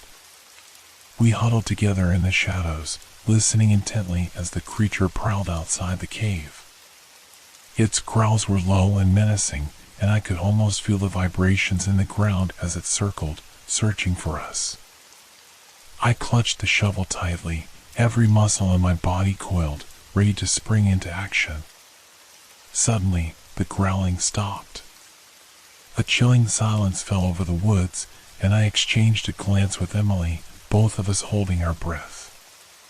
The quiet felt unnatural, like the calm before a storm. "Do you think it left?" Emily whispered, hope flickering in her eyes. "I don't know," I replied, forcing my voice to stay steady. "But we can't stay here. We have to move." Just as I began to gather my courage to step outside, the ground shook with a heavy thud, and the creature's massive form appeared at the entrance of the cave.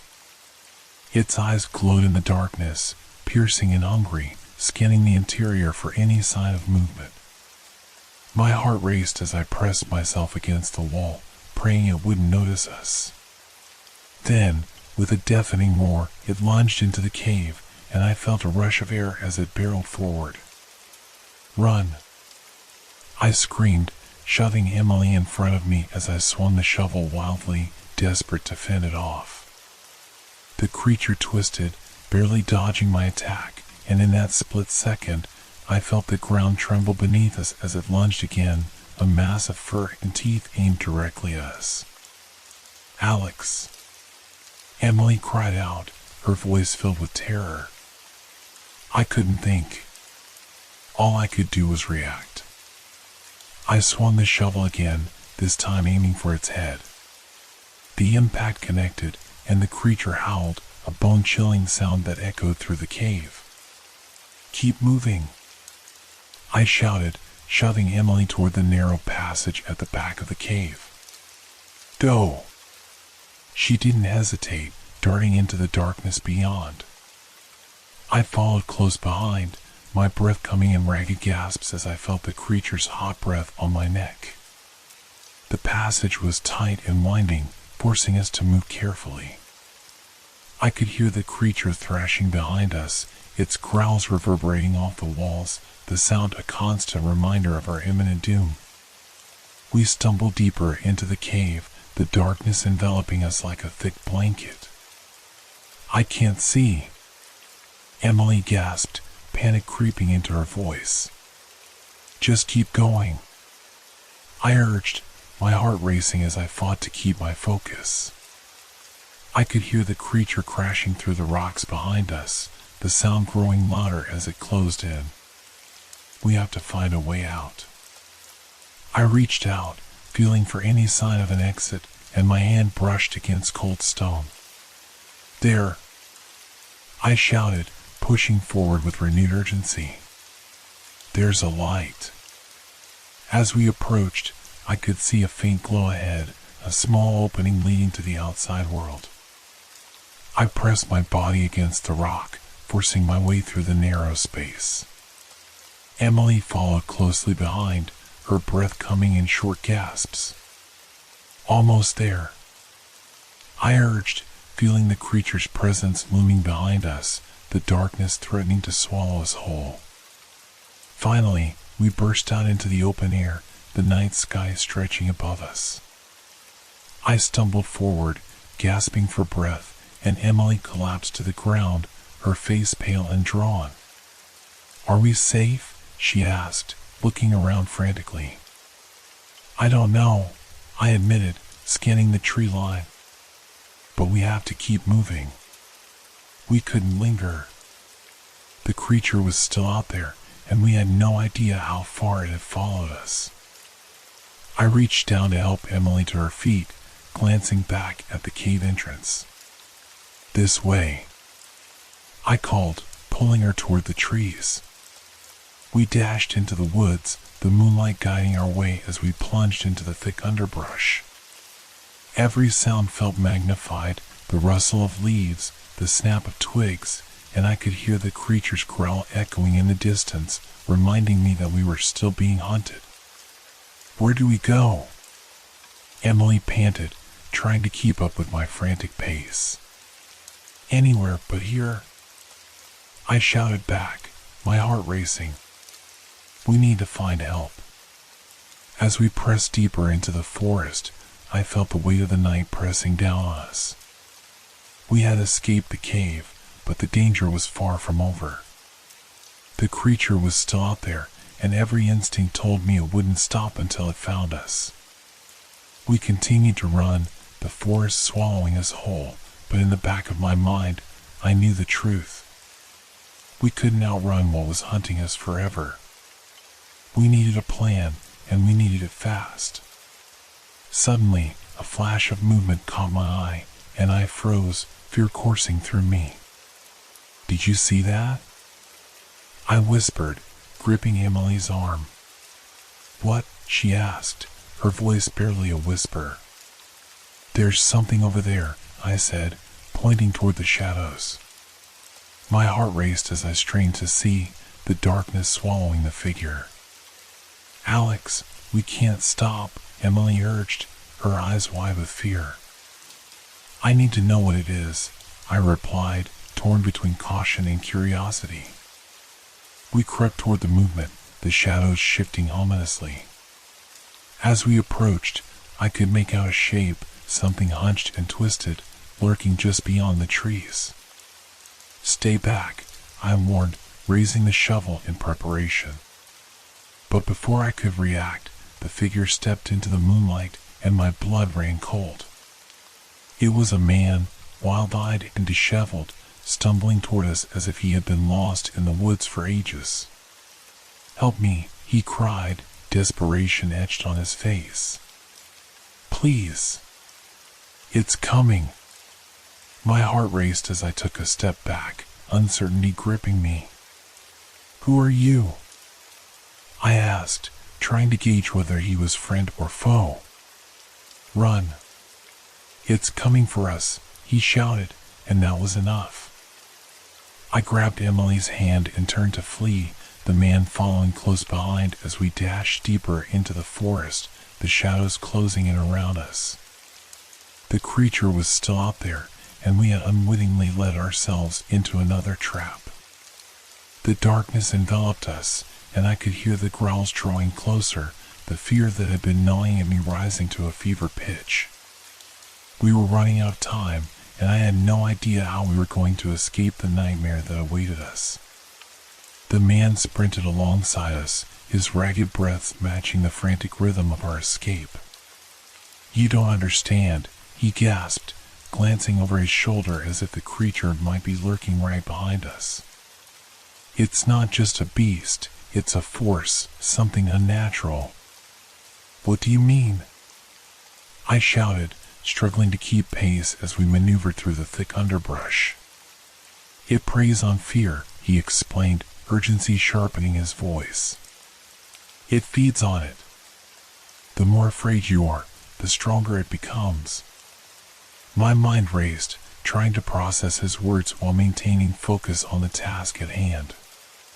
"We have to keep moving," I urged, pulling Emily closer as we darted through the trees, their trunks blurring past us.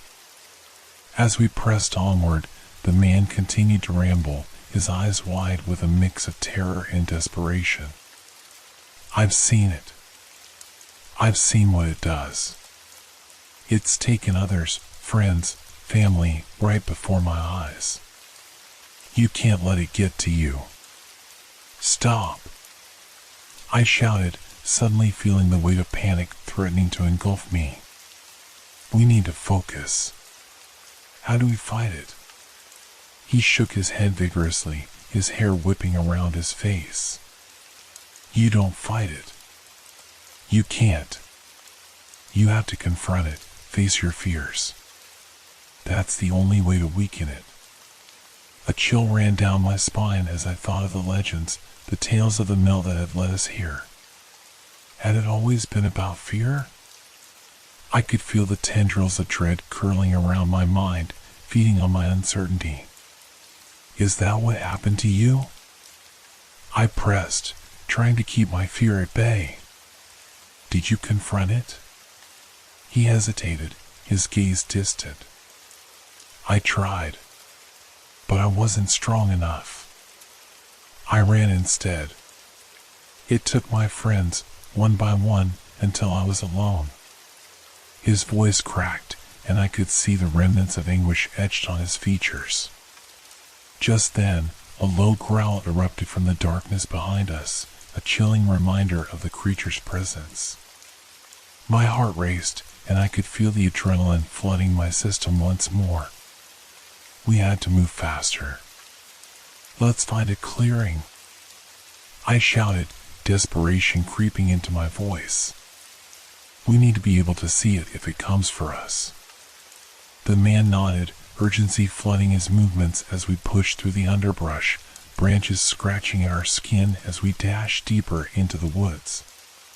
The growls grew louder, closer, and I could sense the creature gaining on us, its breath hot on the back of my neck. "We're almost there," I urged, my lungs burning as we burst through the trees and into a small clearing. The moon illuminated the space, casting eerie shadows across the ground. We skidded to a halt, the three of us panting heavily, scanning the edges of the clearing for any sign of danger. "Now what?" Emily gasped, her eyes darting around frantically. "Now we confront it," the man replied, his voice steadying as he stepped forward. "We can't let it take us. We have to face our fears." The growl echoed again, and I felt the ground tremble beneath us. My heart pounded in my chest as the shadows began to shift, and I braced myself, feeling the weight of dread pressing down. "Focus on what scares you most," the man said, his voice rising above the impending chaos. "Don't let it control you." I closed my eyes for a moment, trying to center myself amidst the fear that threatened to overwhelm me. The darkness seemed to swirl around us, and I could feel the creature's presence drawing closer, a palpable force that tugged at the edges of my mind. Suddenly, the creature lunged from the shadows, its massive form erupting into the clearing, and I felt my stomach drop as its glowing eyes locked onto mine. I could see the primal rage reflected in its gaze, a darkness that threatened to swallow me whole. "Stand firm," the man shouted, his voice cutting through the fear. "Don't back down." As the creature surged forward, I focused on the fear clawing at my insides, the memories that haunted me. I thought of the night at the mill, the stories that had brought us here, and the terror that had gripped my heart. I could feel the weight of those moments pressing against me, but I wouldn't let them take me. With a surge of determination, I stepped forward, gripping the shovel tightly. "I won't let you take us," I shouted, my voice echoing in the clearing. The creature hesitated, its eyes narrowing as if sensing the shift in my resolve. I could feel the energy shifting, a battle of wills that pulsed in the air between us. "Fight it," the man urged, stepping up beside me. "We're stronger together." I nodded, feeling the heat of Emily's hand gripping mine, grounding me in the moment. Together, we faced the creature, our combined fear transforming into strength. With a primal roar, the creature lunged again, and this time, we stood our ground. I swung the shovel, aiming for its eyes, and it dodged just in time. But as it swiped at us with its claws, the man shouted again, "Focus on the fear. Make it weak." I closed my eyes, breathing deeply, letting the fear wash over me and then dissipate. I visualized the things that terrified me, the memories, the doubts, and then, in one decisive moment, I released them. I felt a wave of clarity wash over me, and I opened my eyes to see the creature stagger back. "Now!" I shouted, our voices mingling as we pressed forward together.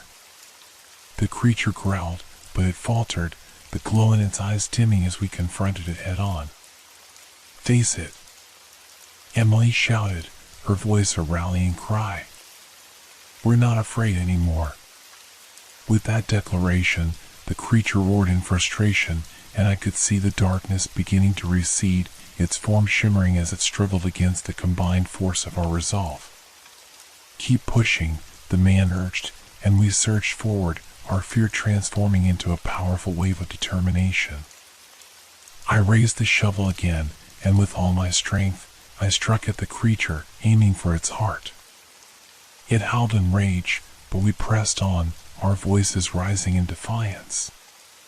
Together, I shouted, and as we focused our collective energy on the beast, I felt the darkness around us begin to fade. With a final, ear-piercing cry, the creature disintegrated into shadows, swirling away into the night air. The weight of dread lifted, and I felt a rush of relief wash over me. "We did it!" Emily exclaimed, disbelief evident in her voice. But before we could celebrate, the man suddenly collapsed to the ground, gasping for breath. "It's not over," he wheezed, his face pale. "It will come back. It's never truly gone." I knelt beside him, panic rising in my chest. "What do you mean?" "We defeated it." He shook his head, struggling to speak. "You've only pushed it back. It will return, stronger than before. You must prepare yourselves." "Prepare how?" I asked, fear creeping back in as I realized this battle was far from over. The man looked at us, his eyes filled with urgency. "Find the source of its power, the old mill. That's where it began. You need to confront it there." As I processed his words, I felt a new wave of dread wash over me. The mill. The very place we had sought adventure and had unwittingly awakened something far darker than we had ever imagined. "We will," I promised, determination flooding my veins once more. "We'll go back." But even as I said it, I felt the weight of uncertainty. The night was far from over, and the real fight was just beginning. As the man faded into unconsciousness, I knew we had to hurry, and time was running out. "Emily, we have to move," I said, pulling her to her feet. "We have to get back to the mill before it returns." As we made our way back through the woods, the weight of our impending confrontation loomed large in my mind. We had defeated one nightmare, but another awaited us, and I could only hope we would be ready for the horrors that lay ahead. The trek back to the mill felt like a dark journey through the remnants of my worst nightmares. With each step, the ominous weight of what we had faced and what still awaited us settled deeper into my chest. Emily walked beside me, her face pale but resolute, mirroring my determination to confront the darkness we had stumbled into. As we neared the dilapidated structure, the moon hung high, casting an eerie glow over the cracked walls and broken windows. Shadows danced in the corners, and the once familiar atmosphere now felt suffocatingly hostile. The tales of bloodshed that had lured us here echoed in my mind, each one a reminder of the danger we faced. I could almost hear the whispers of those who had perished within these walls, warning us to turn back. But we couldn't turn back. We had come too far, faced too much, and there was no escaping the malevolent force that lurked within the mill. The old man's warning resonated in my thoughts. This was the source, the origin of the darkness that had plagued us. "Are you ready?" I asked Emily, glancing at her. Her expression was resolute, and I saw a flicker of the courage I had felt earlier. "As ready as I'll ever be," she replied, clutching the flashlight in her hand. "We need to stick together this time. No more running." With a deep breath, I pushed open the creaking door, and we stepped inside. The air was thick with dust and the scent of decay, wrapping around us like a shroud.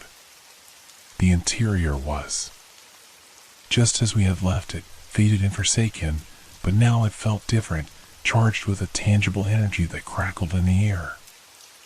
We moved cautiously through the narrow passages, our footsteps echoing ominously against the wooden floor. The beams overhead groaned as if warning us to leave, but there was no turning back now. I led the way, feeling an unseen presence lurking just beyond our line of sight. "Do you feel that?" Emily whispered, her voice trembling slightly. "It's like we're being watched." "I do," I admitted, swallowing hard. "But we have to keep going." We entered the main room where we had first felt the creature's power. The shadows seemed to thicken, swirling around us like a living entity.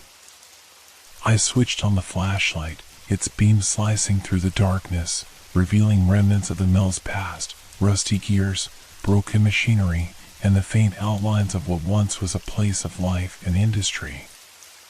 Then, a low growl resonated from the far corner, sending shivers down my spine. "It's back," I muttered, my heart racing as the creature's presence intensified. I could feel its energy wrapping around me, testing my resolve. "Stay close," I ordered, gripping the shovel tightly. The memories of our last encounter surged back, the fear, the chaos, the need to survive. I wouldn't let it consume me again. As we moved deeper into the room, I felt a strange pull toward the back wall, where an old mirror stood, its surface tarnished and cracked. I hesitated, a sense of dread washing over me. "Do you think it's coming from there?" Emily asked, pointing towards the mirror, her voice barely above a whisper. "I think it might be," I replied, my gut churning with unease. "That mirror, it feels like a gateway." The growl grew louder, reverberating through the room, and I felt the temperature drop. Shadows coiled around us, dark tendrils stretching toward the mirror as if eager to consume everything in their path. "Focus," I shouted, trying to drown out the rising panic. "Remember what the man said, face your fears." With a trembling hand, I reached out toward the mirror. My reflection stared back, but it felt distorted, warped by the darkness lurking just behind the surface. I closed my eyes, drawing on every ounce of courage I could muster. As I opened them, I whispered, "Show me your true form."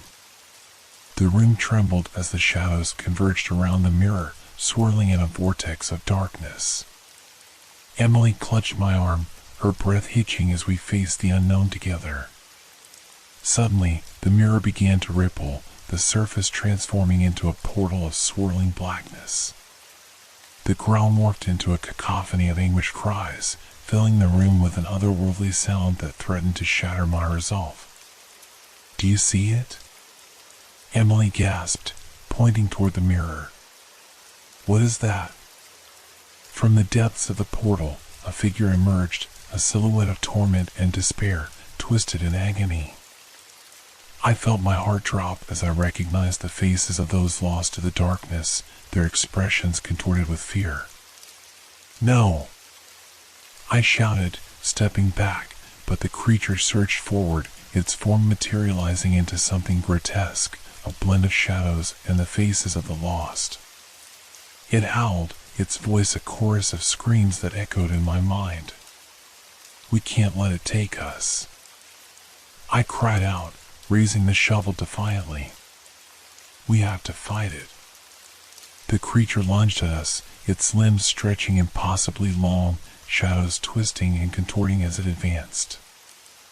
I swung the shovel, aiming for the creature's heart, but it dissipated into a cloud of darkness, swirling around us and reassembling behind. "It's too powerful," Emily shouted, her eyes wide with terror. "What do we do?" "Remember what we learned," I yelled, my voice nearly lost in the chaos. "We have to confront our fears." The growling intensified, and I felt the weight of the lost souls pressing in around us.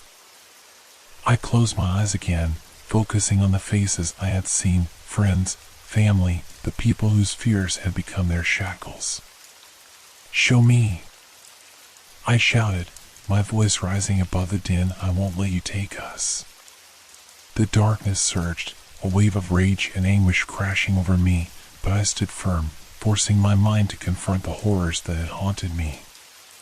Memories flooded back, moments of doubt, pain, and loss. I felt each one, letting it wash over me, refusing to let them consume me.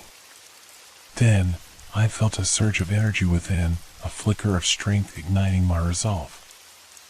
"I am not afraid," I declared, opening my eyes to face the creature once more.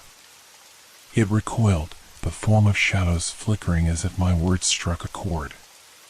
The faces trapped within its mass seemed to shimmer with a faint light, and I knew that they were the key. "Emily," I called, my voice steady. "Focus on what scares you. Confront it with me." She nodded, her fear morphing into determination. "You're right. We can do this together." As we stood shoulder to shoulder, I felt a bond form between us, our fears intertwining and igniting a fire of courage.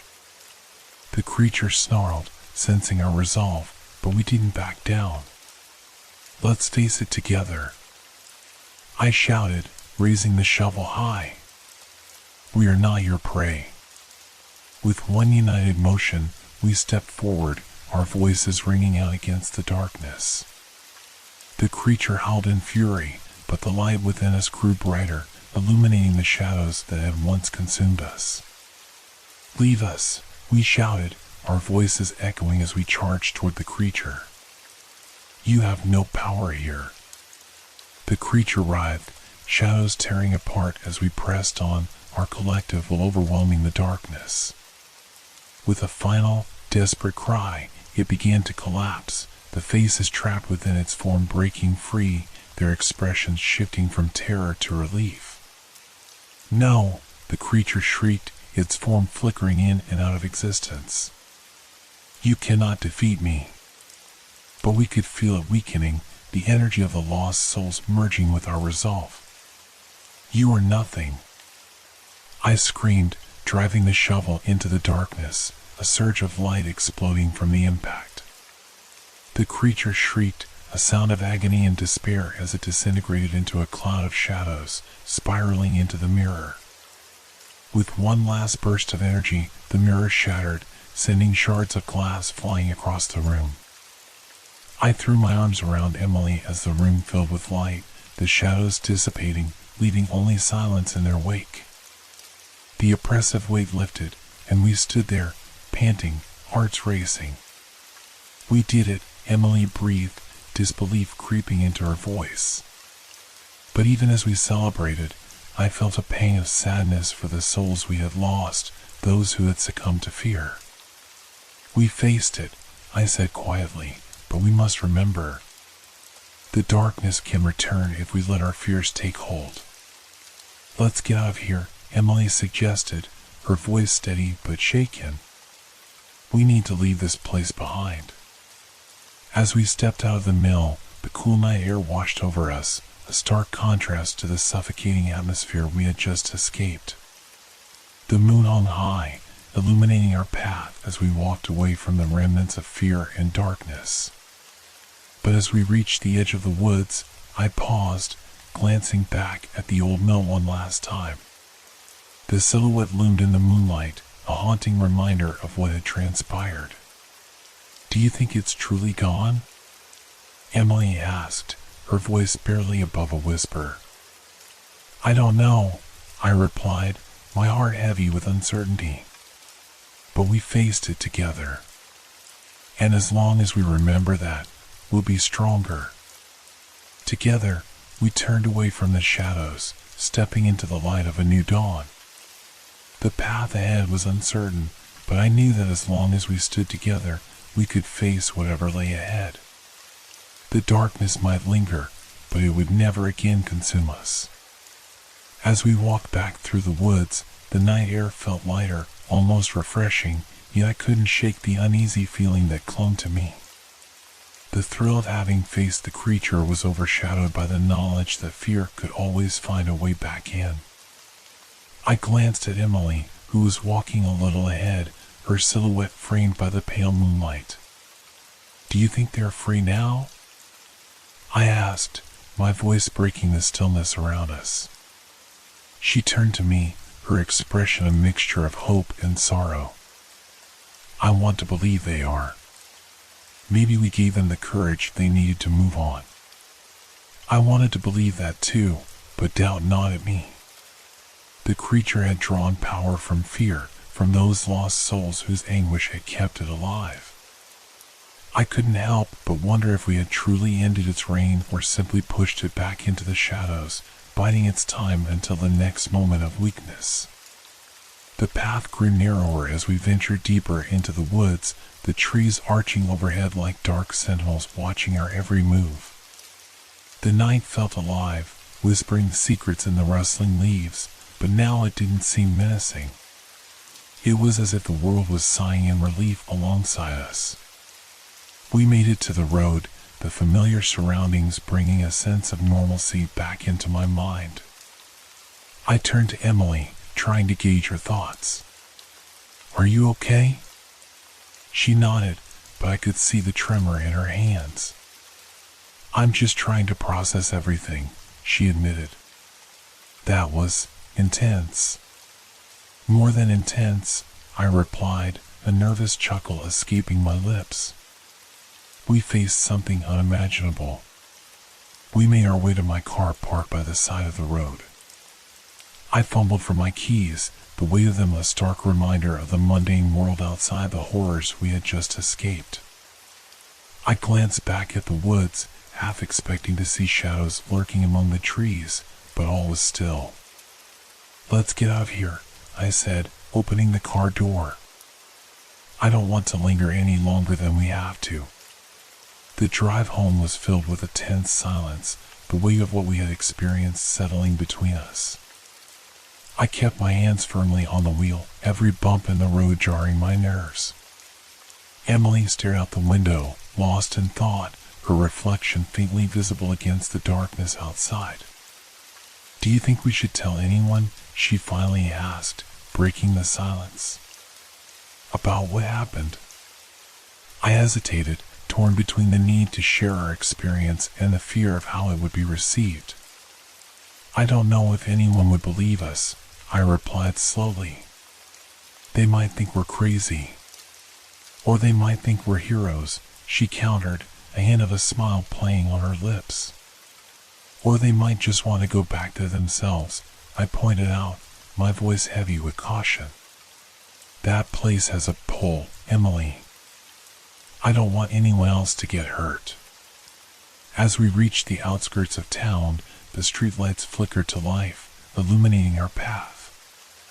The familiarity of home was a stark contrast to the night we had just endured. I parked the car in my driveway, the weight of the evening hanging heavily in the air. Once inside, I could feel the tension starting to ebb, but it was replaced by an overwhelming sense of exhaustion. I leaned against the wall, my heart still racing from the adrenaline. "I think I need a moment to breathe," I admitted, rubbing my temples. Emily nodded, taking a seat on the couch, her eyes drifting around the room as if searching for the familiar comfort of our lives before the mill. "What do we do now?" she asked, her voice soft. "We process," I said, forcing a smile. "We talk about it. We face it head on." We sat in silence for a moment, the weight of our words hanging between us. Then, slowly, I began to recount the events of the night, trying to piece together the fragments of fear and bravery that had intertwined. As I spoke, Emily chimed in, sharing her feelings and memories of the night, and gradually, we began to make sense of the chaos. The laughter returned as we poked fun at our own fears and missteps, lightening the heavy atmosphere. But beneath the laughter lay an undercurrent of something deeper, a bond forged in the fires of fear, an understanding that we had faced the unimaginable together. As dawn broke, casting a soft light through the windows, I felt a strange sense of closure, yet there was a nagging feeling of unease that clung to my thoughts. We had faced the creature, but at what cost? The knowledge of the darkness still lurking, of the souls still trapped in their fears, weighed heavily on my heart. "Do you think we'll ever really be free of it?" Emily asked quietly, breaking the silence. I pondered her question, my mind drifting back to the mill, the faces twisted in torment, the growl of the creature echoing in my ears. "I don't know," I admitted. "But I do know that we have to keep our fears in check." If we let them consume us, they can come back. Emily nodded thoughtfully, her gaze fixed on the morning light spilling into the room. We need to talk to people who might understand, who can help us process what we went through. I thought about her words. Maybe there are support groups for people who face trauma or fear. We could look into that. Yeah, she replied, a hint of hope sparking in her eyes. We're not alone in this. We need to help each other. We spent the rest of the day reflecting on our experience, discussing the lessons we had learned, the fears we had faced, and the strength we had found in each other. It felt cathartic, almost healing, to share our thoughts and emotions, slowly unraveling the tight grip the events of the night had on us. But even as we talked, the thought of the mill lingered in my mind, an unshakable specter of fear and darkness. I could still feel the energy of the place, the echo of the creature's growl, and the faces of the lost souls flashing before my eyes. As night fell once more, I found it hard to shake off the sense of dread that returned like a familiar cloak. I turned to Emily, who was curled up on the couch, her eyes heavy with fatigue. Are you okay? I asked, sensing her tension. Just tired, she replied with a faint smile, but I could see the shadows lurking beneath her eyes. I think it'll take a while to fully process everything. Yeah, I agreed, pulling the blanket tighter around me. It's going to be a journey. But that night, as I lay in bed, sleep evaded me. The shadows in my room seemed to stretch and bend, morphing into shapes that resembled what we had faced in the mill. I felt the weight of fear pressing down on me, whispering dark thoughts in the stillness of the night. I tried to remind myself of the strength we had found together, of how we had faced the darkness and survived. But as the hours crept by, I could feel my resolve wavering, the fear seeping into my thoughts like a poison. And just when I thought sleep might finally come, I was jolted awake by a sound, a soft, whispering call echoing from the depths of the shadows. Help me! I shot upright, heart pounding, listening intently.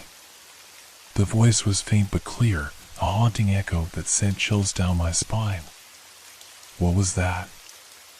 I whispered to myself, my hands trembling. I glanced around the room, half expecting to see something lurking in the corners, but the shadows remained still. Was it just my imagination?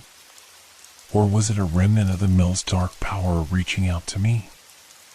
Stay strong, I whispered to myself, trying to quell the rising panic. It's just a trick of the mind. But as I lay back down, the whisper returned, a soft, pleading sound that seemed to seep into my very bones. Help me, help me. I bolted upright again, heart racing as the words echoed in my mind. The fear had morphed into something tangible, a presence that felt real, as if the darkness from the mill had found its way back into my life. Emily! I called out, my voice breaking the silence of the night. Are you awake?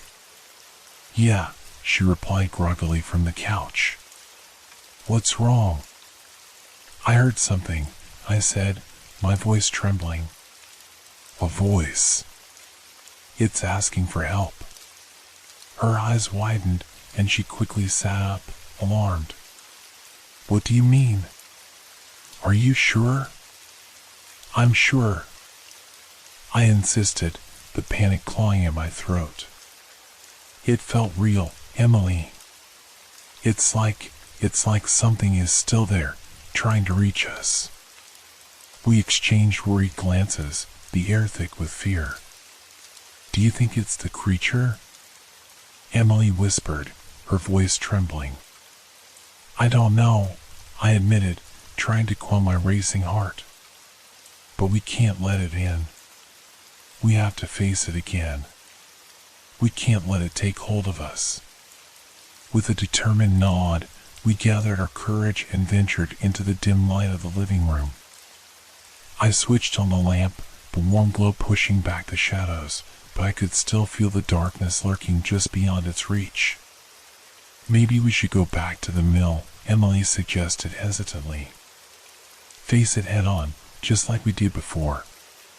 The idea sent a chill down my spine, but I knew it was our only choice. We had to confront whatever was haunting us, whether it was the creature or the remnants of our fears. Okay, I replied, my voice steadier than I felt. But this time, we go together, no matter what. We made our way to the door, adrenaline coursing through our veins as we prepared to face the darkness again. The night was alive with sounds, the rustling leaves and distant animals echoing our racing hearts. As we drove back to the mill, the memories of the previous night flooded my mind. I could still see the faces, hear the cries, and feel the creature's breath on my skin.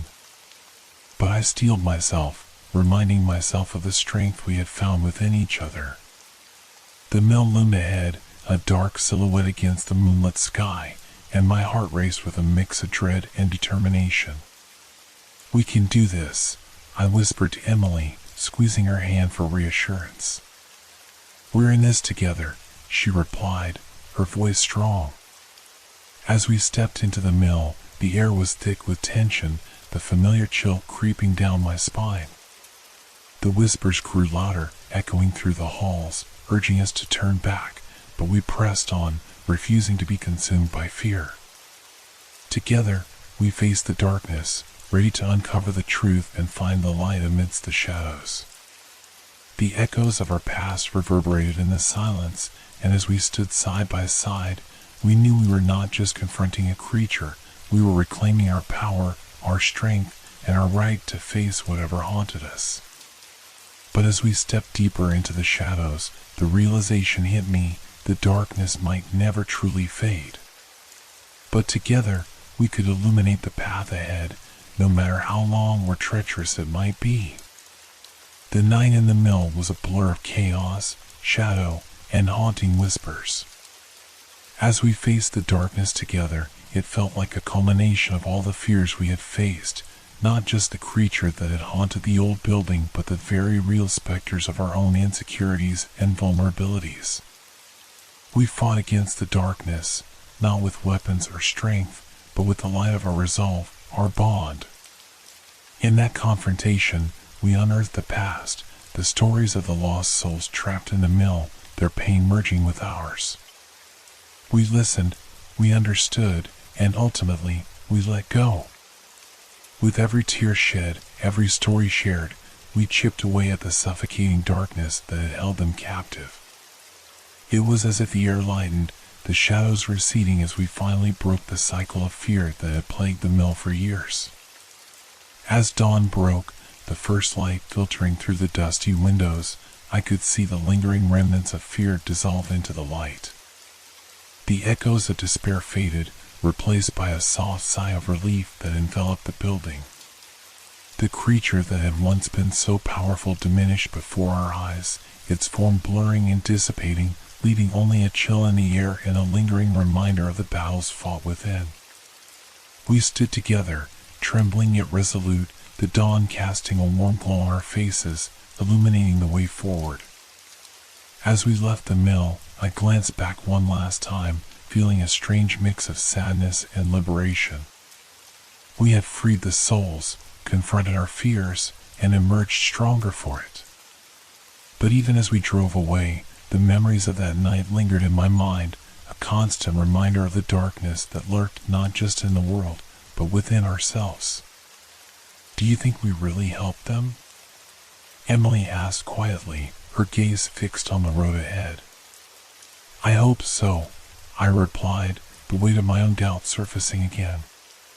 But I know we've helped each other. That counts for something. In the days that followed, we attended support groups, sharing our experience with others who had faced their own darkness. Each meeting helped us peel away the layers of fear that had built up over time, and slowly, we began to heal, not just from the night in the mill, but from the insecurities and vulnerabilities that had haunted us for years. Emily became a pillar of strength, guiding others through their journeys. I found solace in writing about our experiences, weaving the threads of fear and hope into something tangible, something that could resonate with others. We started a blog, documenting our journey through fear, sharing tips on facing the darkness within and how to reclaim one's power. But the shadows never truly left us. Every now and then, late at night, I would hear whispers that reminded me of that haunting call from the mill. They served as a reminder that the past can always creep back in if we let our guard down. Yet, rather than succumbing to fear, I embraced it as part of my journey. I learned that fear could coexist with hope, that darkness could be tempered with light. Together, Emily and I forged a bond that was unbreakable, a testament to the resilience of the human spirit. As we continued to share our story, more people reached out, each one carrying their own burden of fear and pain. We created a community of support and understanding, a safe space where no one was judged for their experiences. In time, we became known as advocates for mental health, helping others to find their voice, their strength. Each story we heard echoed the lessons we had learned in the mill, the importance of facing fears head-on, and the power of connection in overcoming life's darkest moments. And so, while the mill might have been a physical place, it also became a symbol of our journey, a reminder that no matter how deep the darkness, there is always a way to find light. Together, we would continue to face whatever came our way, knowing that our strength lay not just in ourselves, but in each other. The legend of the old mill might fade into history, but the stories of those who faced their fears there would forever be a part of us. We would carry them forward, turning our trauma into triumph, ensuring that the darkness never claimed another soul again.